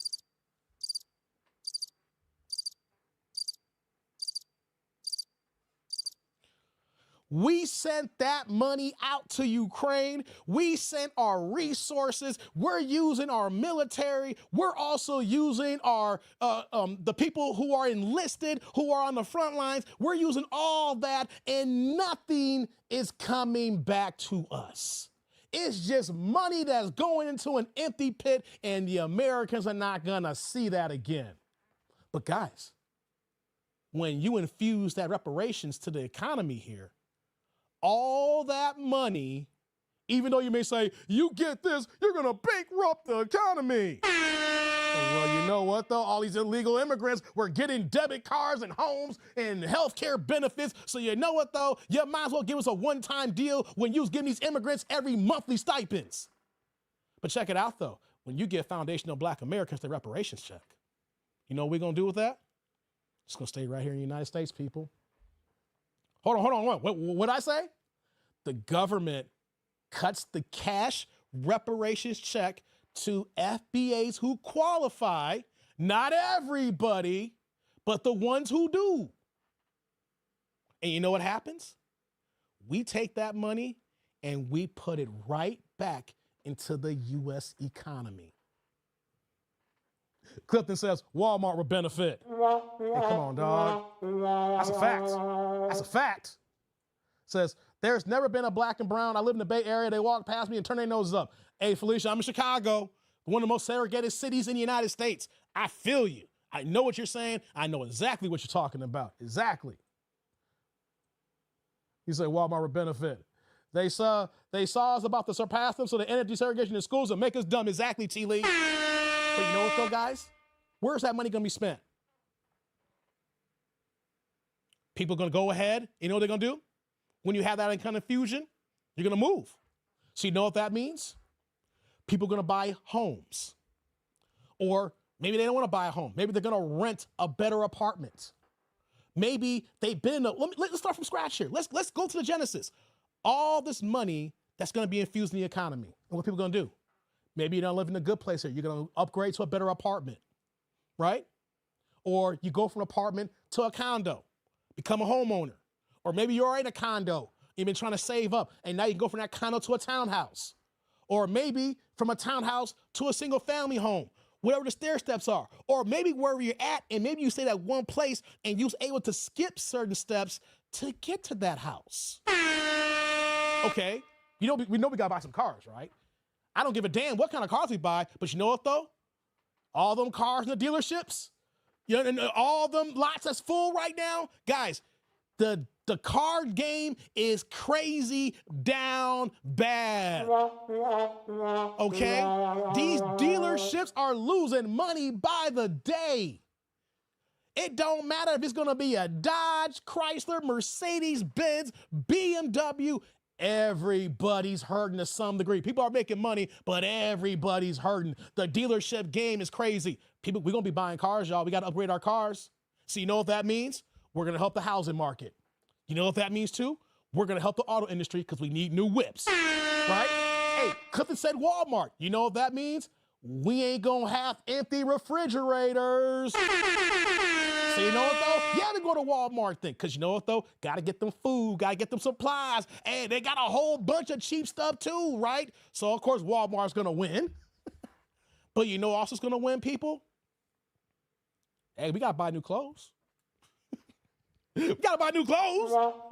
But have you looked at the malls and how the malls are struggling and how everybody's going online? You can see online stuff, but you see the demise of the department store. Man, there's a new department store that is closing every day in my neighborhood, in my area. And I live in the suburbs of Chicago that is very affluent.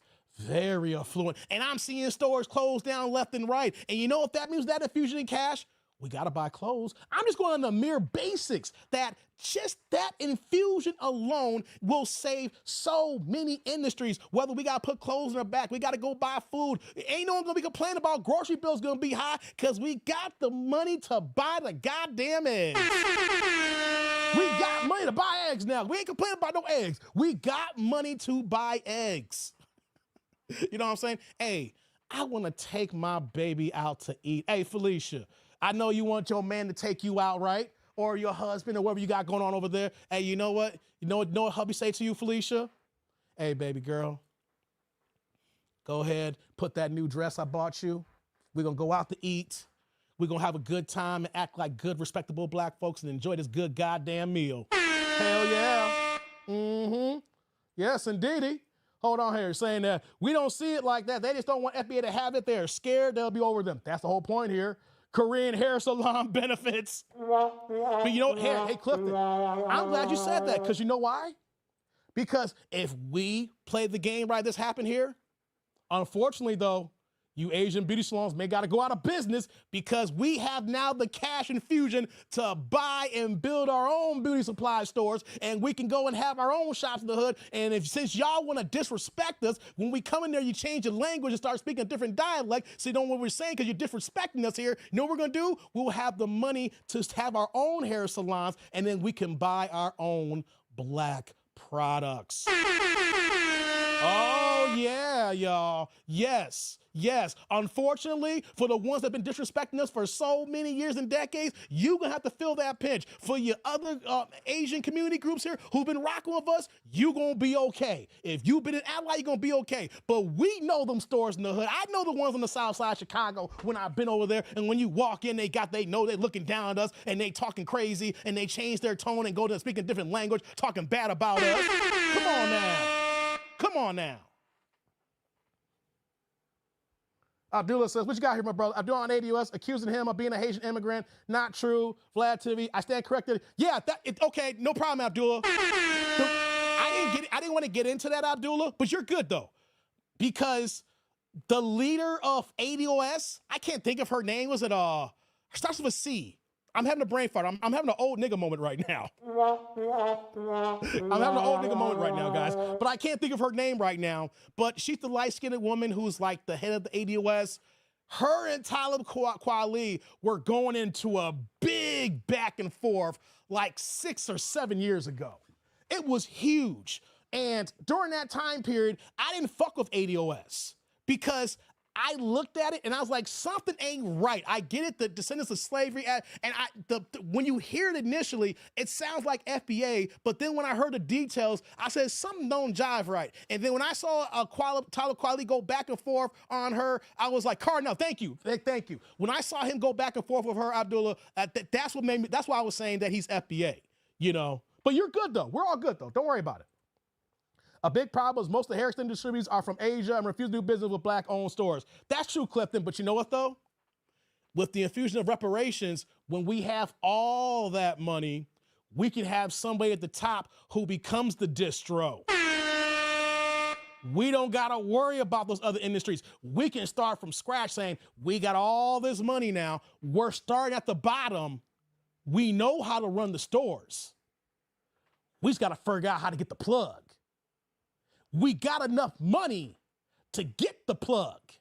But when you have reparations, can we designate people to become the plug? You're so right, Clifton. But when you have resources, all you need then is somebody who understands the game to be direct competition. You know, it's the same in the drug game, baby. You got to have distro. You know, you got to have the plug to get distro to put it out there on the streets. Am I lying?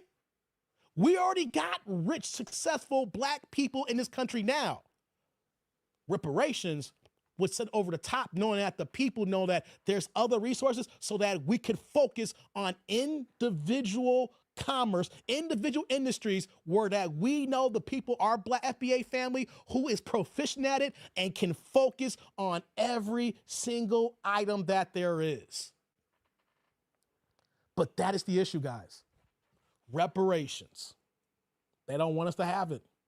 Because you see how off the top of my head that if I said we got reparations and how that impacts these industries, can you imagine if we had the best and brightest minds knowing that this was going to happen, and then we were sitting at the table with multiple meetings and saying that, hey, we ain't going to do what's going to happen to us in the past.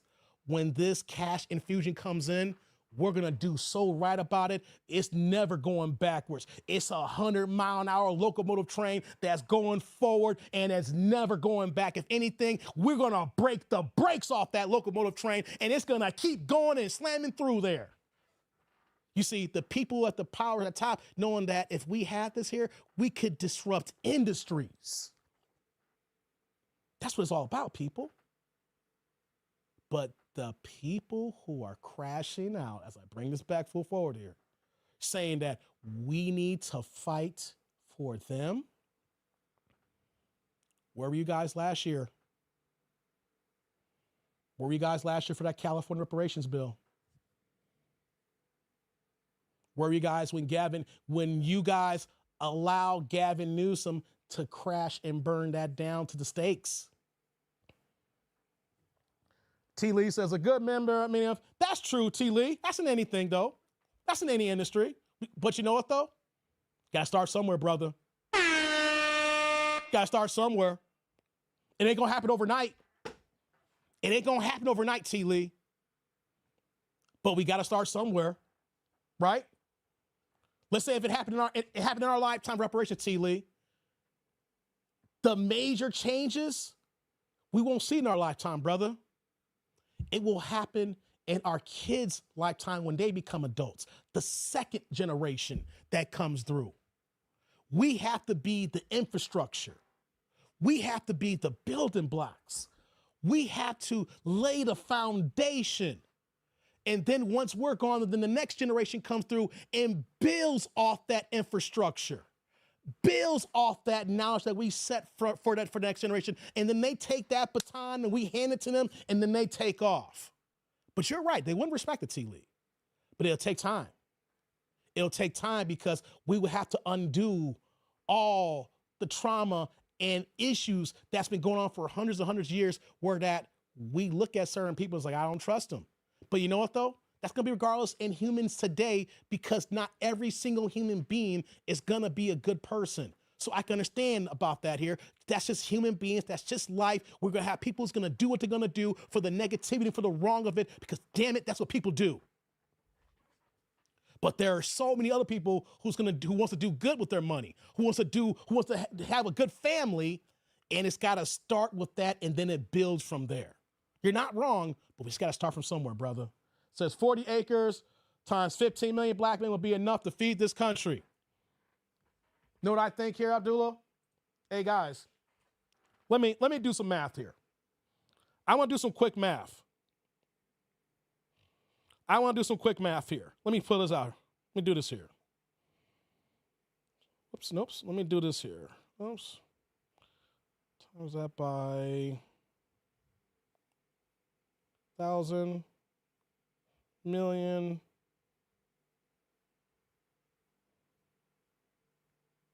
Let's see here. 20,000. 20 million. 20 billion. I think about 20 trillion. I think the 43 million foundation black men that we know about right now, and I'm saying about 20 trillion.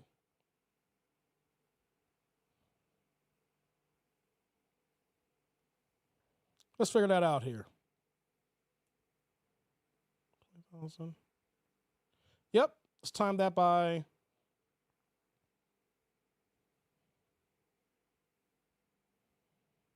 what we got there.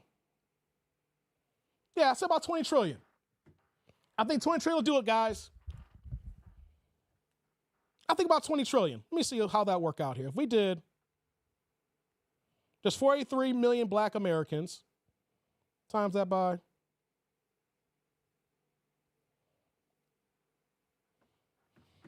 give or take about 150,000 per person. That's on the low end, guys. If I said that, you know, people are going to say, what? 100,000? 150,000? You'll bankrupt the country. We want to know some guys? In World War II, knowing Pearl Harbor occurred, and then our country, they started to round up all the Japanese and put them in internment camps, and then they were locked down for about 2 or 3 years. Remember that, guys? Well, some of y'all may not be alive, but we know about that history, right? When World War II and Pearl Harbor, and America's like, we saw anybody that was Japanese, just round them up, you know, and then a lot of people who were unjustifiably rounded up because of who they were, and then after 2 or 3 years, they're let go. Well, then around 1988, guys, those people, it's like those people, but the survivors of those internment camps were paid reparations by the U.S. government in the tune of about $20,000 to $25,000 per person that was in the game there. So if during World War II, if people could be locked down for about 2 to 3 years, and then the U.S. government cuts a $20,000 to $25,000 check for each person, right? Now, hold on here. Let's account for inflation here. 25,000. Let's just do 20,000. I'll do the low end. 20,000 in 1988 today is worth about $54,000, guys. So have this conversation here, guys. We're talking about reparations. People who were involved in World War II and had to go through 2 or 3 years basically got a check for $20,000 for $54,000 a day. Foundational black Americans was involved in shadow slavery, where that it was contingent on descendants was born into slavery for hundreds and hundreds and hundreds of years, and then to the detriment of our people, to the buck breaking, to the actual murdering of our own people for hundreds of years. So 20,000 for 2 or 3 years, 100 to 150,000. I'm saying for a couple of 100 years, that's kind of low. That's kind of low. TD&D reparations could have been welfare. White women got money and lied. The man being in the house. FBA could have gotten that money and actually built something. T. Lee, you are so right. They could have gave this money a long time ago, and we would have shut up. And it would have been a lot cheaper. You are so right. They could have gave that to a long time ago, and we would not be talking about it. Doge claim they can save $2 or $3 just with budget cuts. How about this, Clifton? How about we just don't give illegals debit cards, free housing in Chicago, things allocated for schools, and then making them for homes and a crisis center, then giving them medical benefits, and then having that monthly, shelling that out every month and every month and every month during the whole damn Biden administration? Clifton, that was our reparations right there on the easy. Nah, I'm not saying that, T. Lee. You know why? Because, like you said there, white folks get that.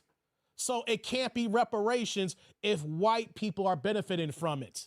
In actuality right now, more white people are on welfare than anybody in this country. Now, I do not do that per capita bullshit. Okay? That per capita is just using statistics to make it for white supremacy, saying that, well, you have 13% of people in the country, so this is the percentage of people on welfare. Nah. That's the same thing of per serving. Like when you drink a soda, and they say it's only so many calories per serving, but in actuality, when they say per serving, that's only 2 sips. When in actuality, you're going to drink the whole damn can. You're going to drink the whole damn can, right? So when they say per serving, no one gives a damn about that per serving because no one's going to take 2 or 3 sips. You're going to drink that whole can. You're going to drink that whole 2 liter, right? So when you say about reparations for welfare, we didn't use it right. It wasn't reparations if there is more white people taking advantage of the government program than us. It can't be reparations, T. Lee, if white people are getting a chunk of it every month as well, right? It can't be reparations. It only has to be for descendants of freedmen. The allocation has to be only to black men or black women involved in shadow slavery. As soon as you offer it to immigrants, as soon as you offer it to women, as soon as you offer it to white people, as soon as you offer it to the LGBTQ alphabet community, as soon as everybody else has their little pinky in it, that is no longer reparations. That is no longer reparations. Reparations is only for us. If others get involved, it's not reparations. It's reason why we're not even listening to these reparations bills they're trying to put out right now. The Democrats, you had the office. You had Biden and Kamala Harris from 20 to 2024 and had no speaker reparation, and then they shot the California bill. And now they're out of office. They want some reparations bill, but then if you notice, when you look at the fine print, then you hear about immigrants. You hear about people from the diaspora. Hear from Africa. No. If it's not only for descendants of freemen, if it's not for the black men and women who were on the 1865 census, if it's not just for us, it's not reparations. Never has and never will be if it's not for us. In the word, it literally says reparations, repair. How are we repairing white women?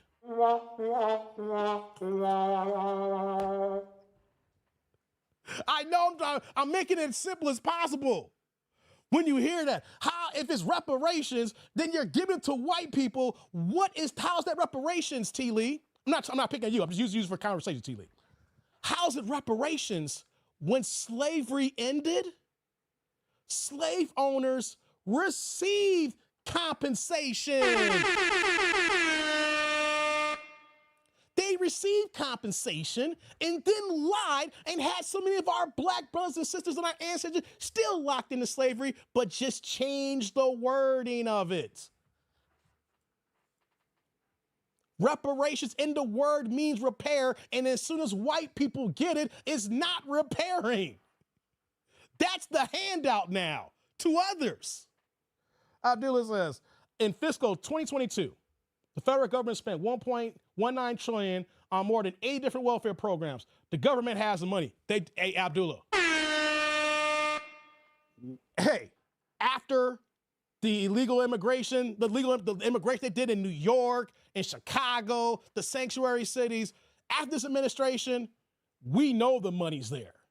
And if the money's not there, Abdullah, they will find a way to get that money. They'll find a way to get that money. Hold on here 1 second, guys. Hold on 1 second. 1 second.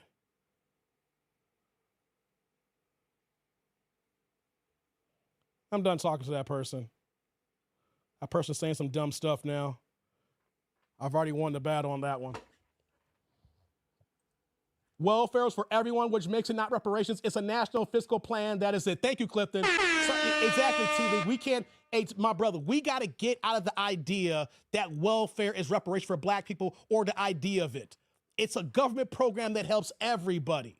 As soon as everybody has their pinky in it, it is no longer saying, look at us. You know what I'm saying? We cannot say, well, reparations would have been this. As soon as it's offered up to other groups outside of us, it's not reparations. You know what I'm saying? Cut out the money and send to other countries. Exactly. I repaired a Becky last night. I should have known. And T. Lee T. Orlando's been quiet for too long, T. Lee. Hey, T. Lee. T. Orlando's been quiet over here for too long here, and I should have known T. Orlando's going to be saying something very soon here. He says, hey, what's going on, General Corro? What's going on, man? What's going on with you? I didn't see you come in. Let me go back. I saw you said something earlier. What did you say here earlier? Hold on. I'm going to go back to your other comment. You said, we have too many coups and traitors to do anything as a people in a minute. We do got our Sambos, General Corro. But you know what, though? The one thing we do better than these other diaspora groups, we call out our Sambos.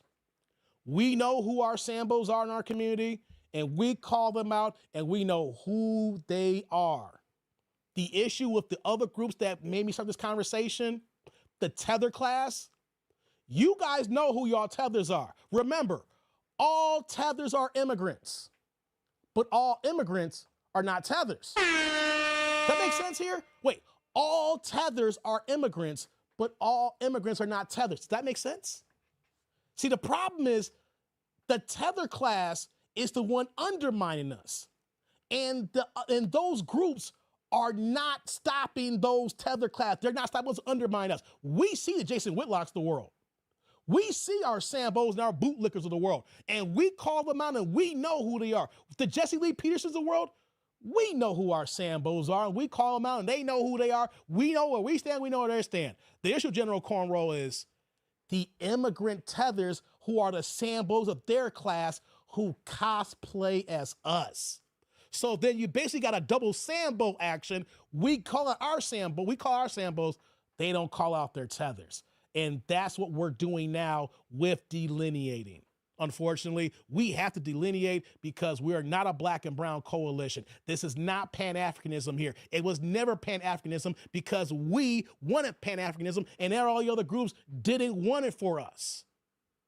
So we know about the traitors. We know about our Sambos. The traitors, General, is the tether class.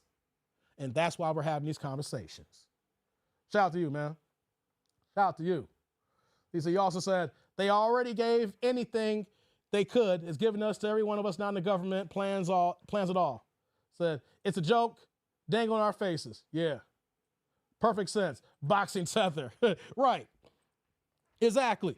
Remember, all tethers are immigrants, but all immigrants are not tethers. They undermine us, General Cornwall. They undermine us. We have to continue to call it out. And the thing is, since we're calling it out now, they know it, we see it, and that's why we're crashing out. And that's why you see the thumbnail that says, help us, nigga. Hey, man, I got to get back. Hold on here. Let me see this here. What are they saying here? Yvette Carnell. Thank you, guys. I saw in the chat here, Yvette Carnell is one around ADUS. Because as soon as I refresh my Twitter, I keep saying, I someone called Twitter. You know what I'm saying? Hey, she popped up right on my timeline. You know, let me see here. What are you saying here, Felicia? He says, it's money that's owed to the descendants of our ancestors from slavery to Jim Crow and now. Exactly. It's money owed. And we have to repeat that, Felicia. When they try to undermine us, they try to say it's a handout. People, as soon, I'm about to shut it down here in a second. It's a good first day back. As soon as somebody says it's a handout, our very next question should be, hey, man, or hey, girl, if you're a girl, or who you're talking to. Where your people from? Where your people from?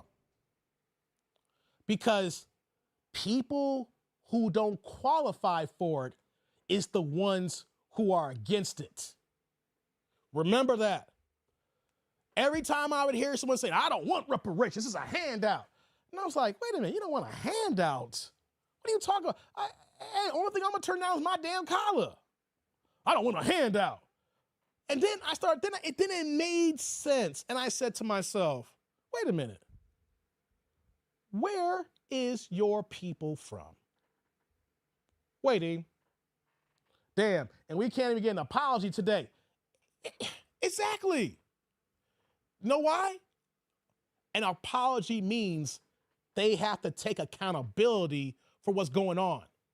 An apology leads to reparation. And they're trying so hard to not do that apology because once you acknowledge it, then you have to accept the consequences that come with said actions.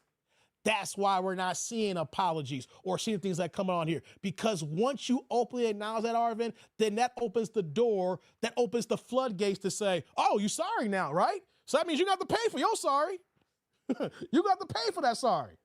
So I got some reparations T. Orlando, come on, man. You got the reparations last night. This dude here. You got repaired, T. Orlando? Did you get swallowed? Have you ever been swallowed? Hey, come on, man. Come on, stop playing, man. Stop playing. Anyways, excuse me. Got a frog in my throat. But back, hey, FBA family, we need to just practice patience. I know we're ready to turn up when it's ready to turn up. I know you are ready to throw down when you're ready to throw down. I know my peoples. I know how we move. I know how, we come together like Voltron. We come together like Voltron. I know how my people, but guys, there is a time and place for everything.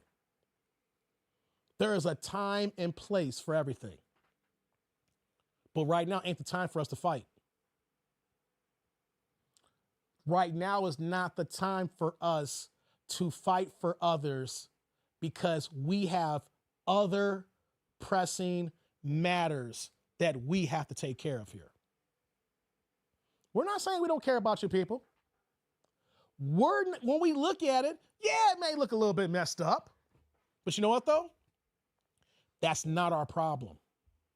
We got our own problems. We got our own issues. So for all you others out there that talks down about black people, you talk down about the black race, you talk negatively about us and how we move in our peoples here. And you know what we're vocally telling everybody here?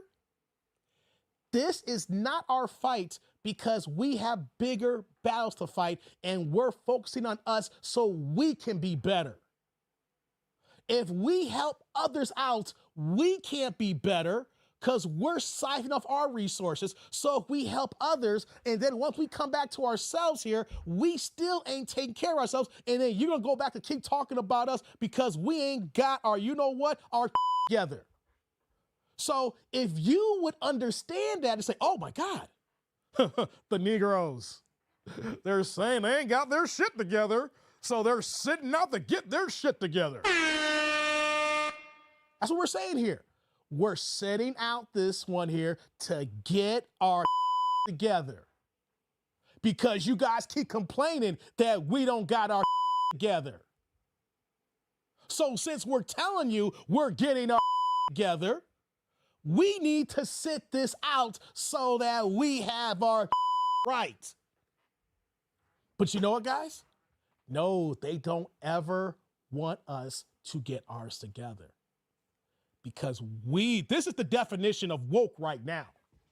This is the definition of woke right now, of us waking up and realizing, hey guys, got to take care of home.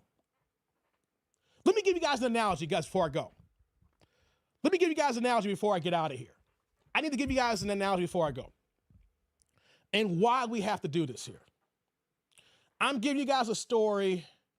Goddamn, guys. This is something that happened. I'm 45 years old now. So this is something that's happened 32 years ago. 32 years ago. My dad was the head coach of my basketball team my 7th grade year. We had a cold ass squad. You know what I'm saying? You know, we ended up taking second place that year. You know, we tied for first place, and then we lost the championship game by 6 points, right? Had a good squad. So much racism was going on in that league. My dad was the coach, and we had other coaches in our league ref our games. Hold on. Other head coaches in our league was reffing our games. My dad was getting thrown out of games. Didn't even give him 2 technicals. Boop, you're out of here. You know what he said? Hey, ref, call something, man. Boop, you're out of here. Don't I get a second tech at least? No, you gotta go. That's how racist it was back then, him being the coach. But check it out, though. Here's our squad. You know, we had this one guy on our team named Jason White. Rest in peace to Jason White. He died a while back. You know, he was a good dude and everything. And he was our center. He wasn't always there all the time. You know, he was hit and miss. And me being the 13-year-old back then, I remember a couple of times my dad said, hey, I'm gonna go pick up Jason to get him at practice. I'm gonna pick him up, bring him to the game. I didn't think of nothing of it because it's my dad. He's the head coach. He's helping other kids get to the game, you know, on the squad, right? So that was in 1993. He was on the squad. When he played, we had our full squad. We beat everybody's asses. But when it came down to the end, we had a short roster. He wasn't there at the end. We almost could have won it all, but the other team that was also that tied us for first place, they had their full roster and we were shorthanded and they got the win. Okay, fast forward now. This was in 1993. Fast forward, I'd say a good 10 years later, around 2002, 2003, I run into Jason White. I'm like, Jason, what's going on, man? What's going on, Dave? Good to see you, man. Hey, how's your dad? Hey, if anything new about William Jordan, my dad, people didn't really ask me how I was doing. The first thing they always ask is how my dad doing. That's when you know you left the life and you left the legacy. When people are talking to the son and they don't want to ask the son how he's doing, yo, how's your pops doing before they even get to me? That's the kind of legacy my dad left. So he always said, oh, how's your dad doing? I was like, yo, he's doing good and everything. He said, hey, man, you have no idea how much your dad did for me. I was like, what? What are you talking about, man? I remember my dad picked me up from practice a few times. He said, hey, I gotta admit, I went through some things in my life. I was being young and dumb, being a knucklehead, my family life a little jacked up, but your dad did everything possible for me. I was like, what? For real? He's like, yeah, he didn't just pick me up for practice, man. He talked to me, talked to my family, I just wasn't ready at the time, man. My family had our issues, but I just want to say, I'm going to thank your dad, man. He did everything he could. I just wasn't ready for it at the time. I couldn't do it, you know what I'm saying? So then, it was good catching up with him. He passed away like a few years after that. I feel bad, because he went through a lot. So then I go and talk to my dad. I say, hey, Dad, I talked to Jason White. Remember him on the basketball team back in the day? He was like, oh, yeah, I remember Jason. And he was like, I was like, Dad, I talked to Jason and he told me all these things you did for him. And I named a few things Jason told me. And he just sat there with a straight look. I said, yeah. I said, Dad, how come you didn't tell me that you did all this for him? Well, look here, Dave. I ain't got nothing to worry about you. You live with me. You know what I mean? You're from mother. I got you taken care of, I saw someone who needed help. And I tried to help him out as best of my ability. I brought him to practice and everything, and then at the end, I know I couldn't do as much as I could, but I helped him, and I did what I could. You were straight. When I know that you're straight, I can help others. I say, hey, Dad, how come you didn't tell me? None of your business to tell. I ain't have to tell you. Right then and there, I understood that. I was like, man, my dad's a real one for that. He didn't run back and just spread no gossip. He did it out of kind of his own heart to help another kid out as much as he could, and then you know what he could do here. But why am I telling the story here? Why am I telling the story here?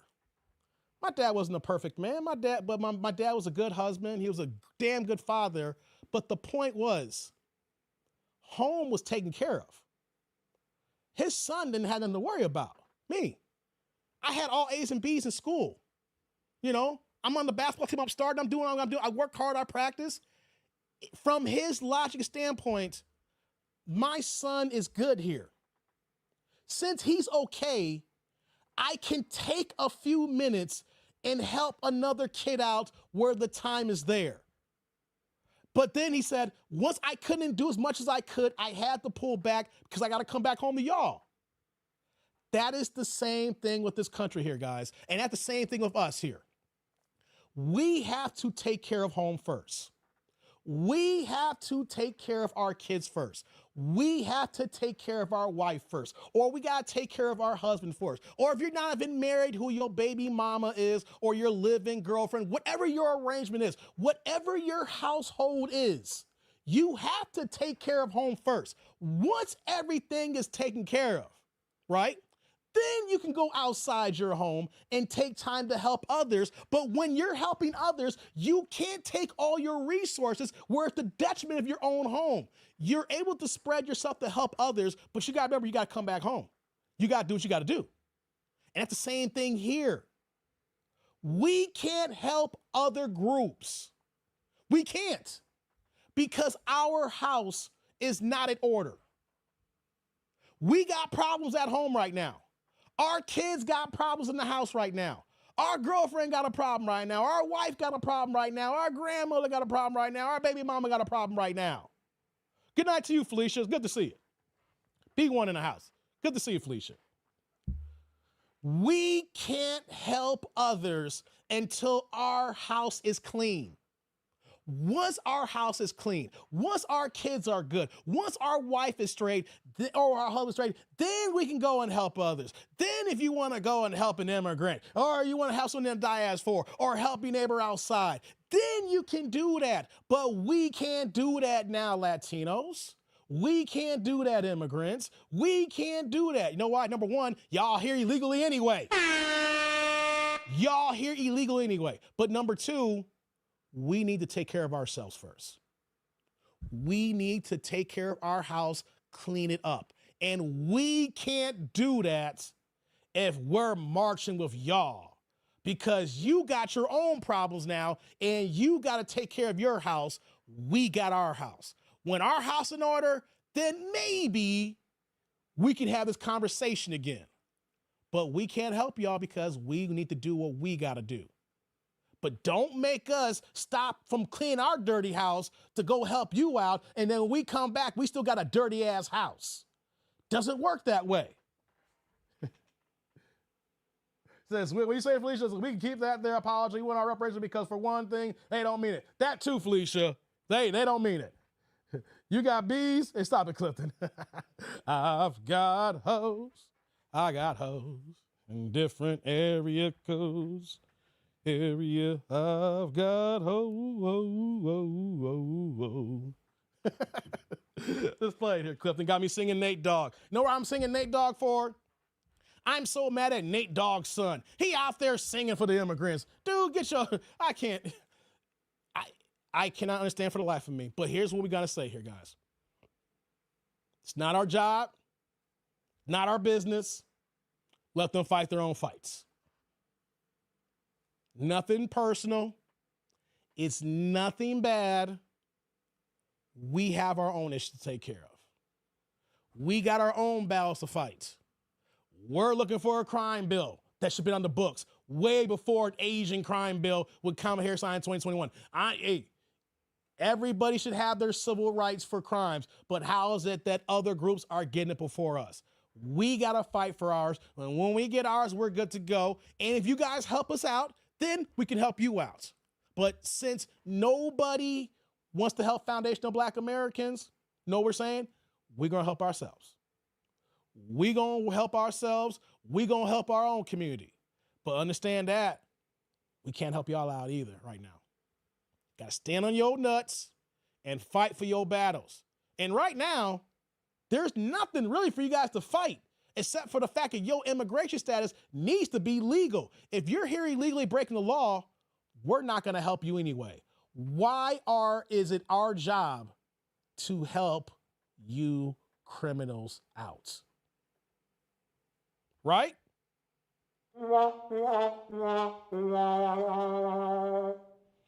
not our job to help you criminals out. You're here illegally, gotta go. If you're here legally, more power to you. All right, guys, let me get out of here. We've been here for 2 hours. I pulled up late. This was an impromptu live stream here.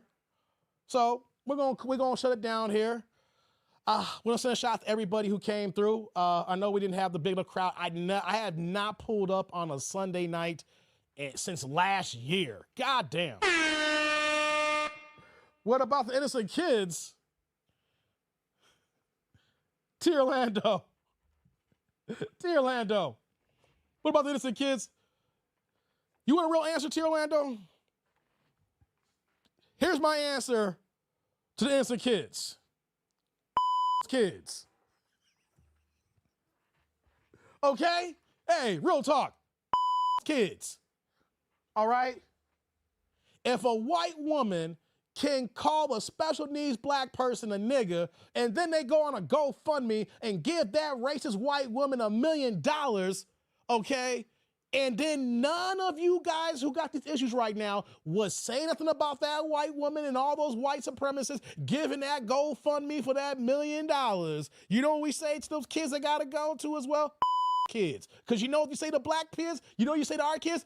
Kids too as well. You know what you said about Carmelo Anthony, who had to stand up and fight for his right for self-defense, and now they're trying to try him an adult and everything. You know what we saying? Kids. Okay?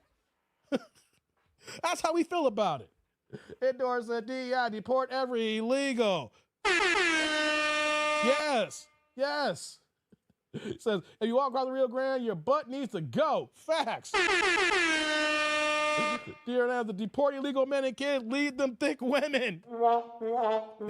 Dear Orlando, you're gonna be the program for the thick chicks?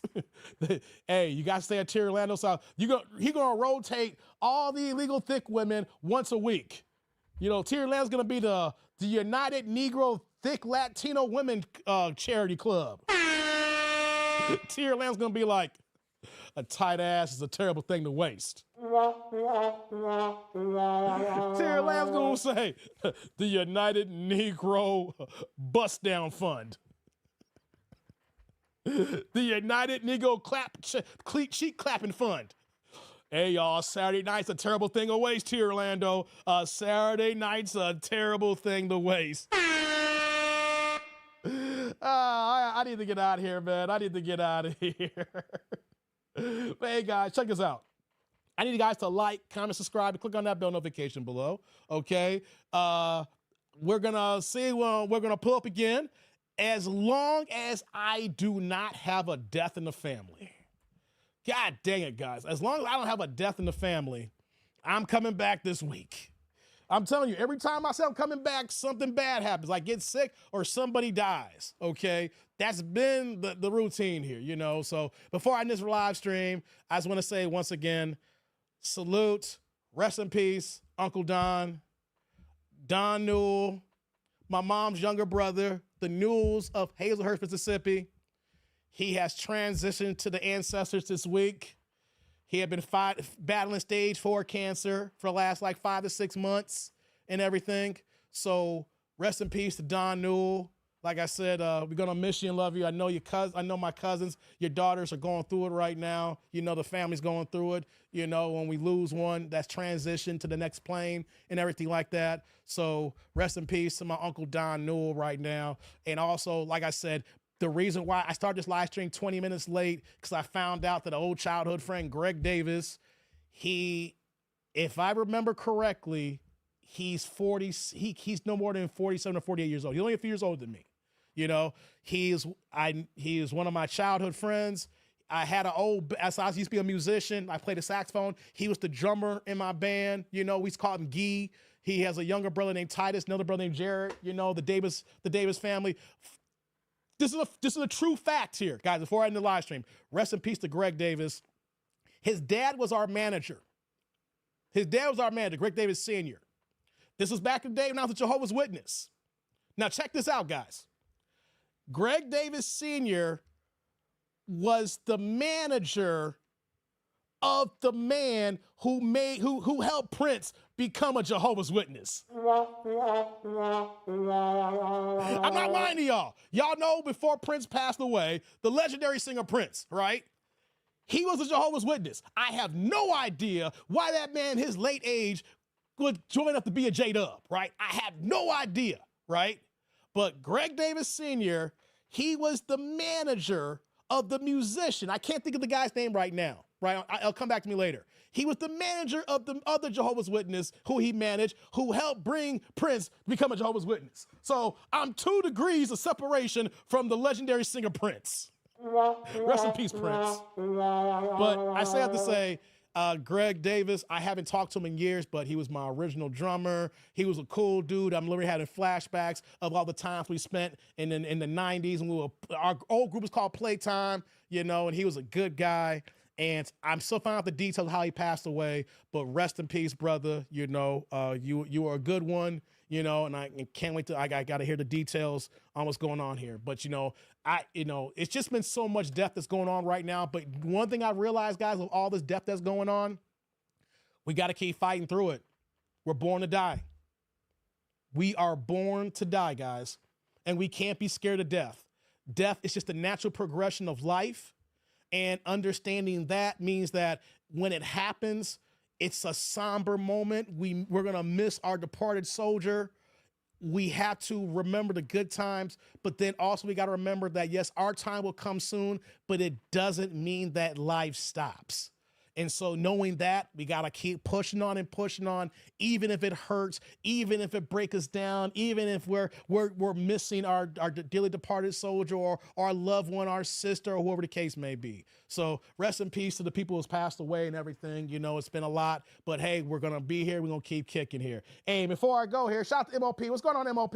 Coming in with the $2 holla. Hey, man, thanks for dropping that blue plate in the chat, saying my condolences to his family, Hot Dave and the tribe. Thank you, MOP. Appreciate that. I appreciate that, man. Hey, brother. Salud. Thank you for the holla. I appreciate you, man. Thank you. Right back at you with that super. Appreciate that, man. Thank you very much, man. That is what's up, man. Wait a minute. Before I go, I don't even know if I got any. Let me double check here. Did I get any cash apps? No, okay, no cash app. I'm doing all this, I didn't check my cash apps. No cash apps, so that's all good, though. We get them right throughout the whole week here. Okay, guys, so we're going to get out of here, man. Thank y'all for coming through. You know what I'm saying? You know, we pull up on a Sunday. I want to send a shout out to the replay gang. Y'all going to pull up and see that I pulled up on a Sunday. It's like, oh, damn, Dave's back. Yeah, so shout out to the replay gang. Shout out to the Ninja Watchers. Y'all came through. You chilling. Shout out to the I.C.E tribe who came through as well. It says, I did my first interview Friday. You see it? No, I didn't see it, MOP. On YouTube, no, I didn't see it, man. I haven't been on YouTube like that when I'm not working. When I'm not doing videos, I'm not very much on YouTube that much. So I'll try to check you out, man. All right, guys, we are going to get out of here. I appreciate everybody else in the building. You know what I'm saying? Be on the lookout for the next thumbnail. As long as I do not have a death in the family, or I don't get sick, we will run this back. But you guys, we're gonna get out of here. I just wanna say salute, blessings, salutation to the FBA family. Be one in the house. Stay y'all asses at home. This is not our fight. On that note, I'm that dude, Dave, and I'm out of here, y'all. I'll catch y'all on the flip side. Deuces.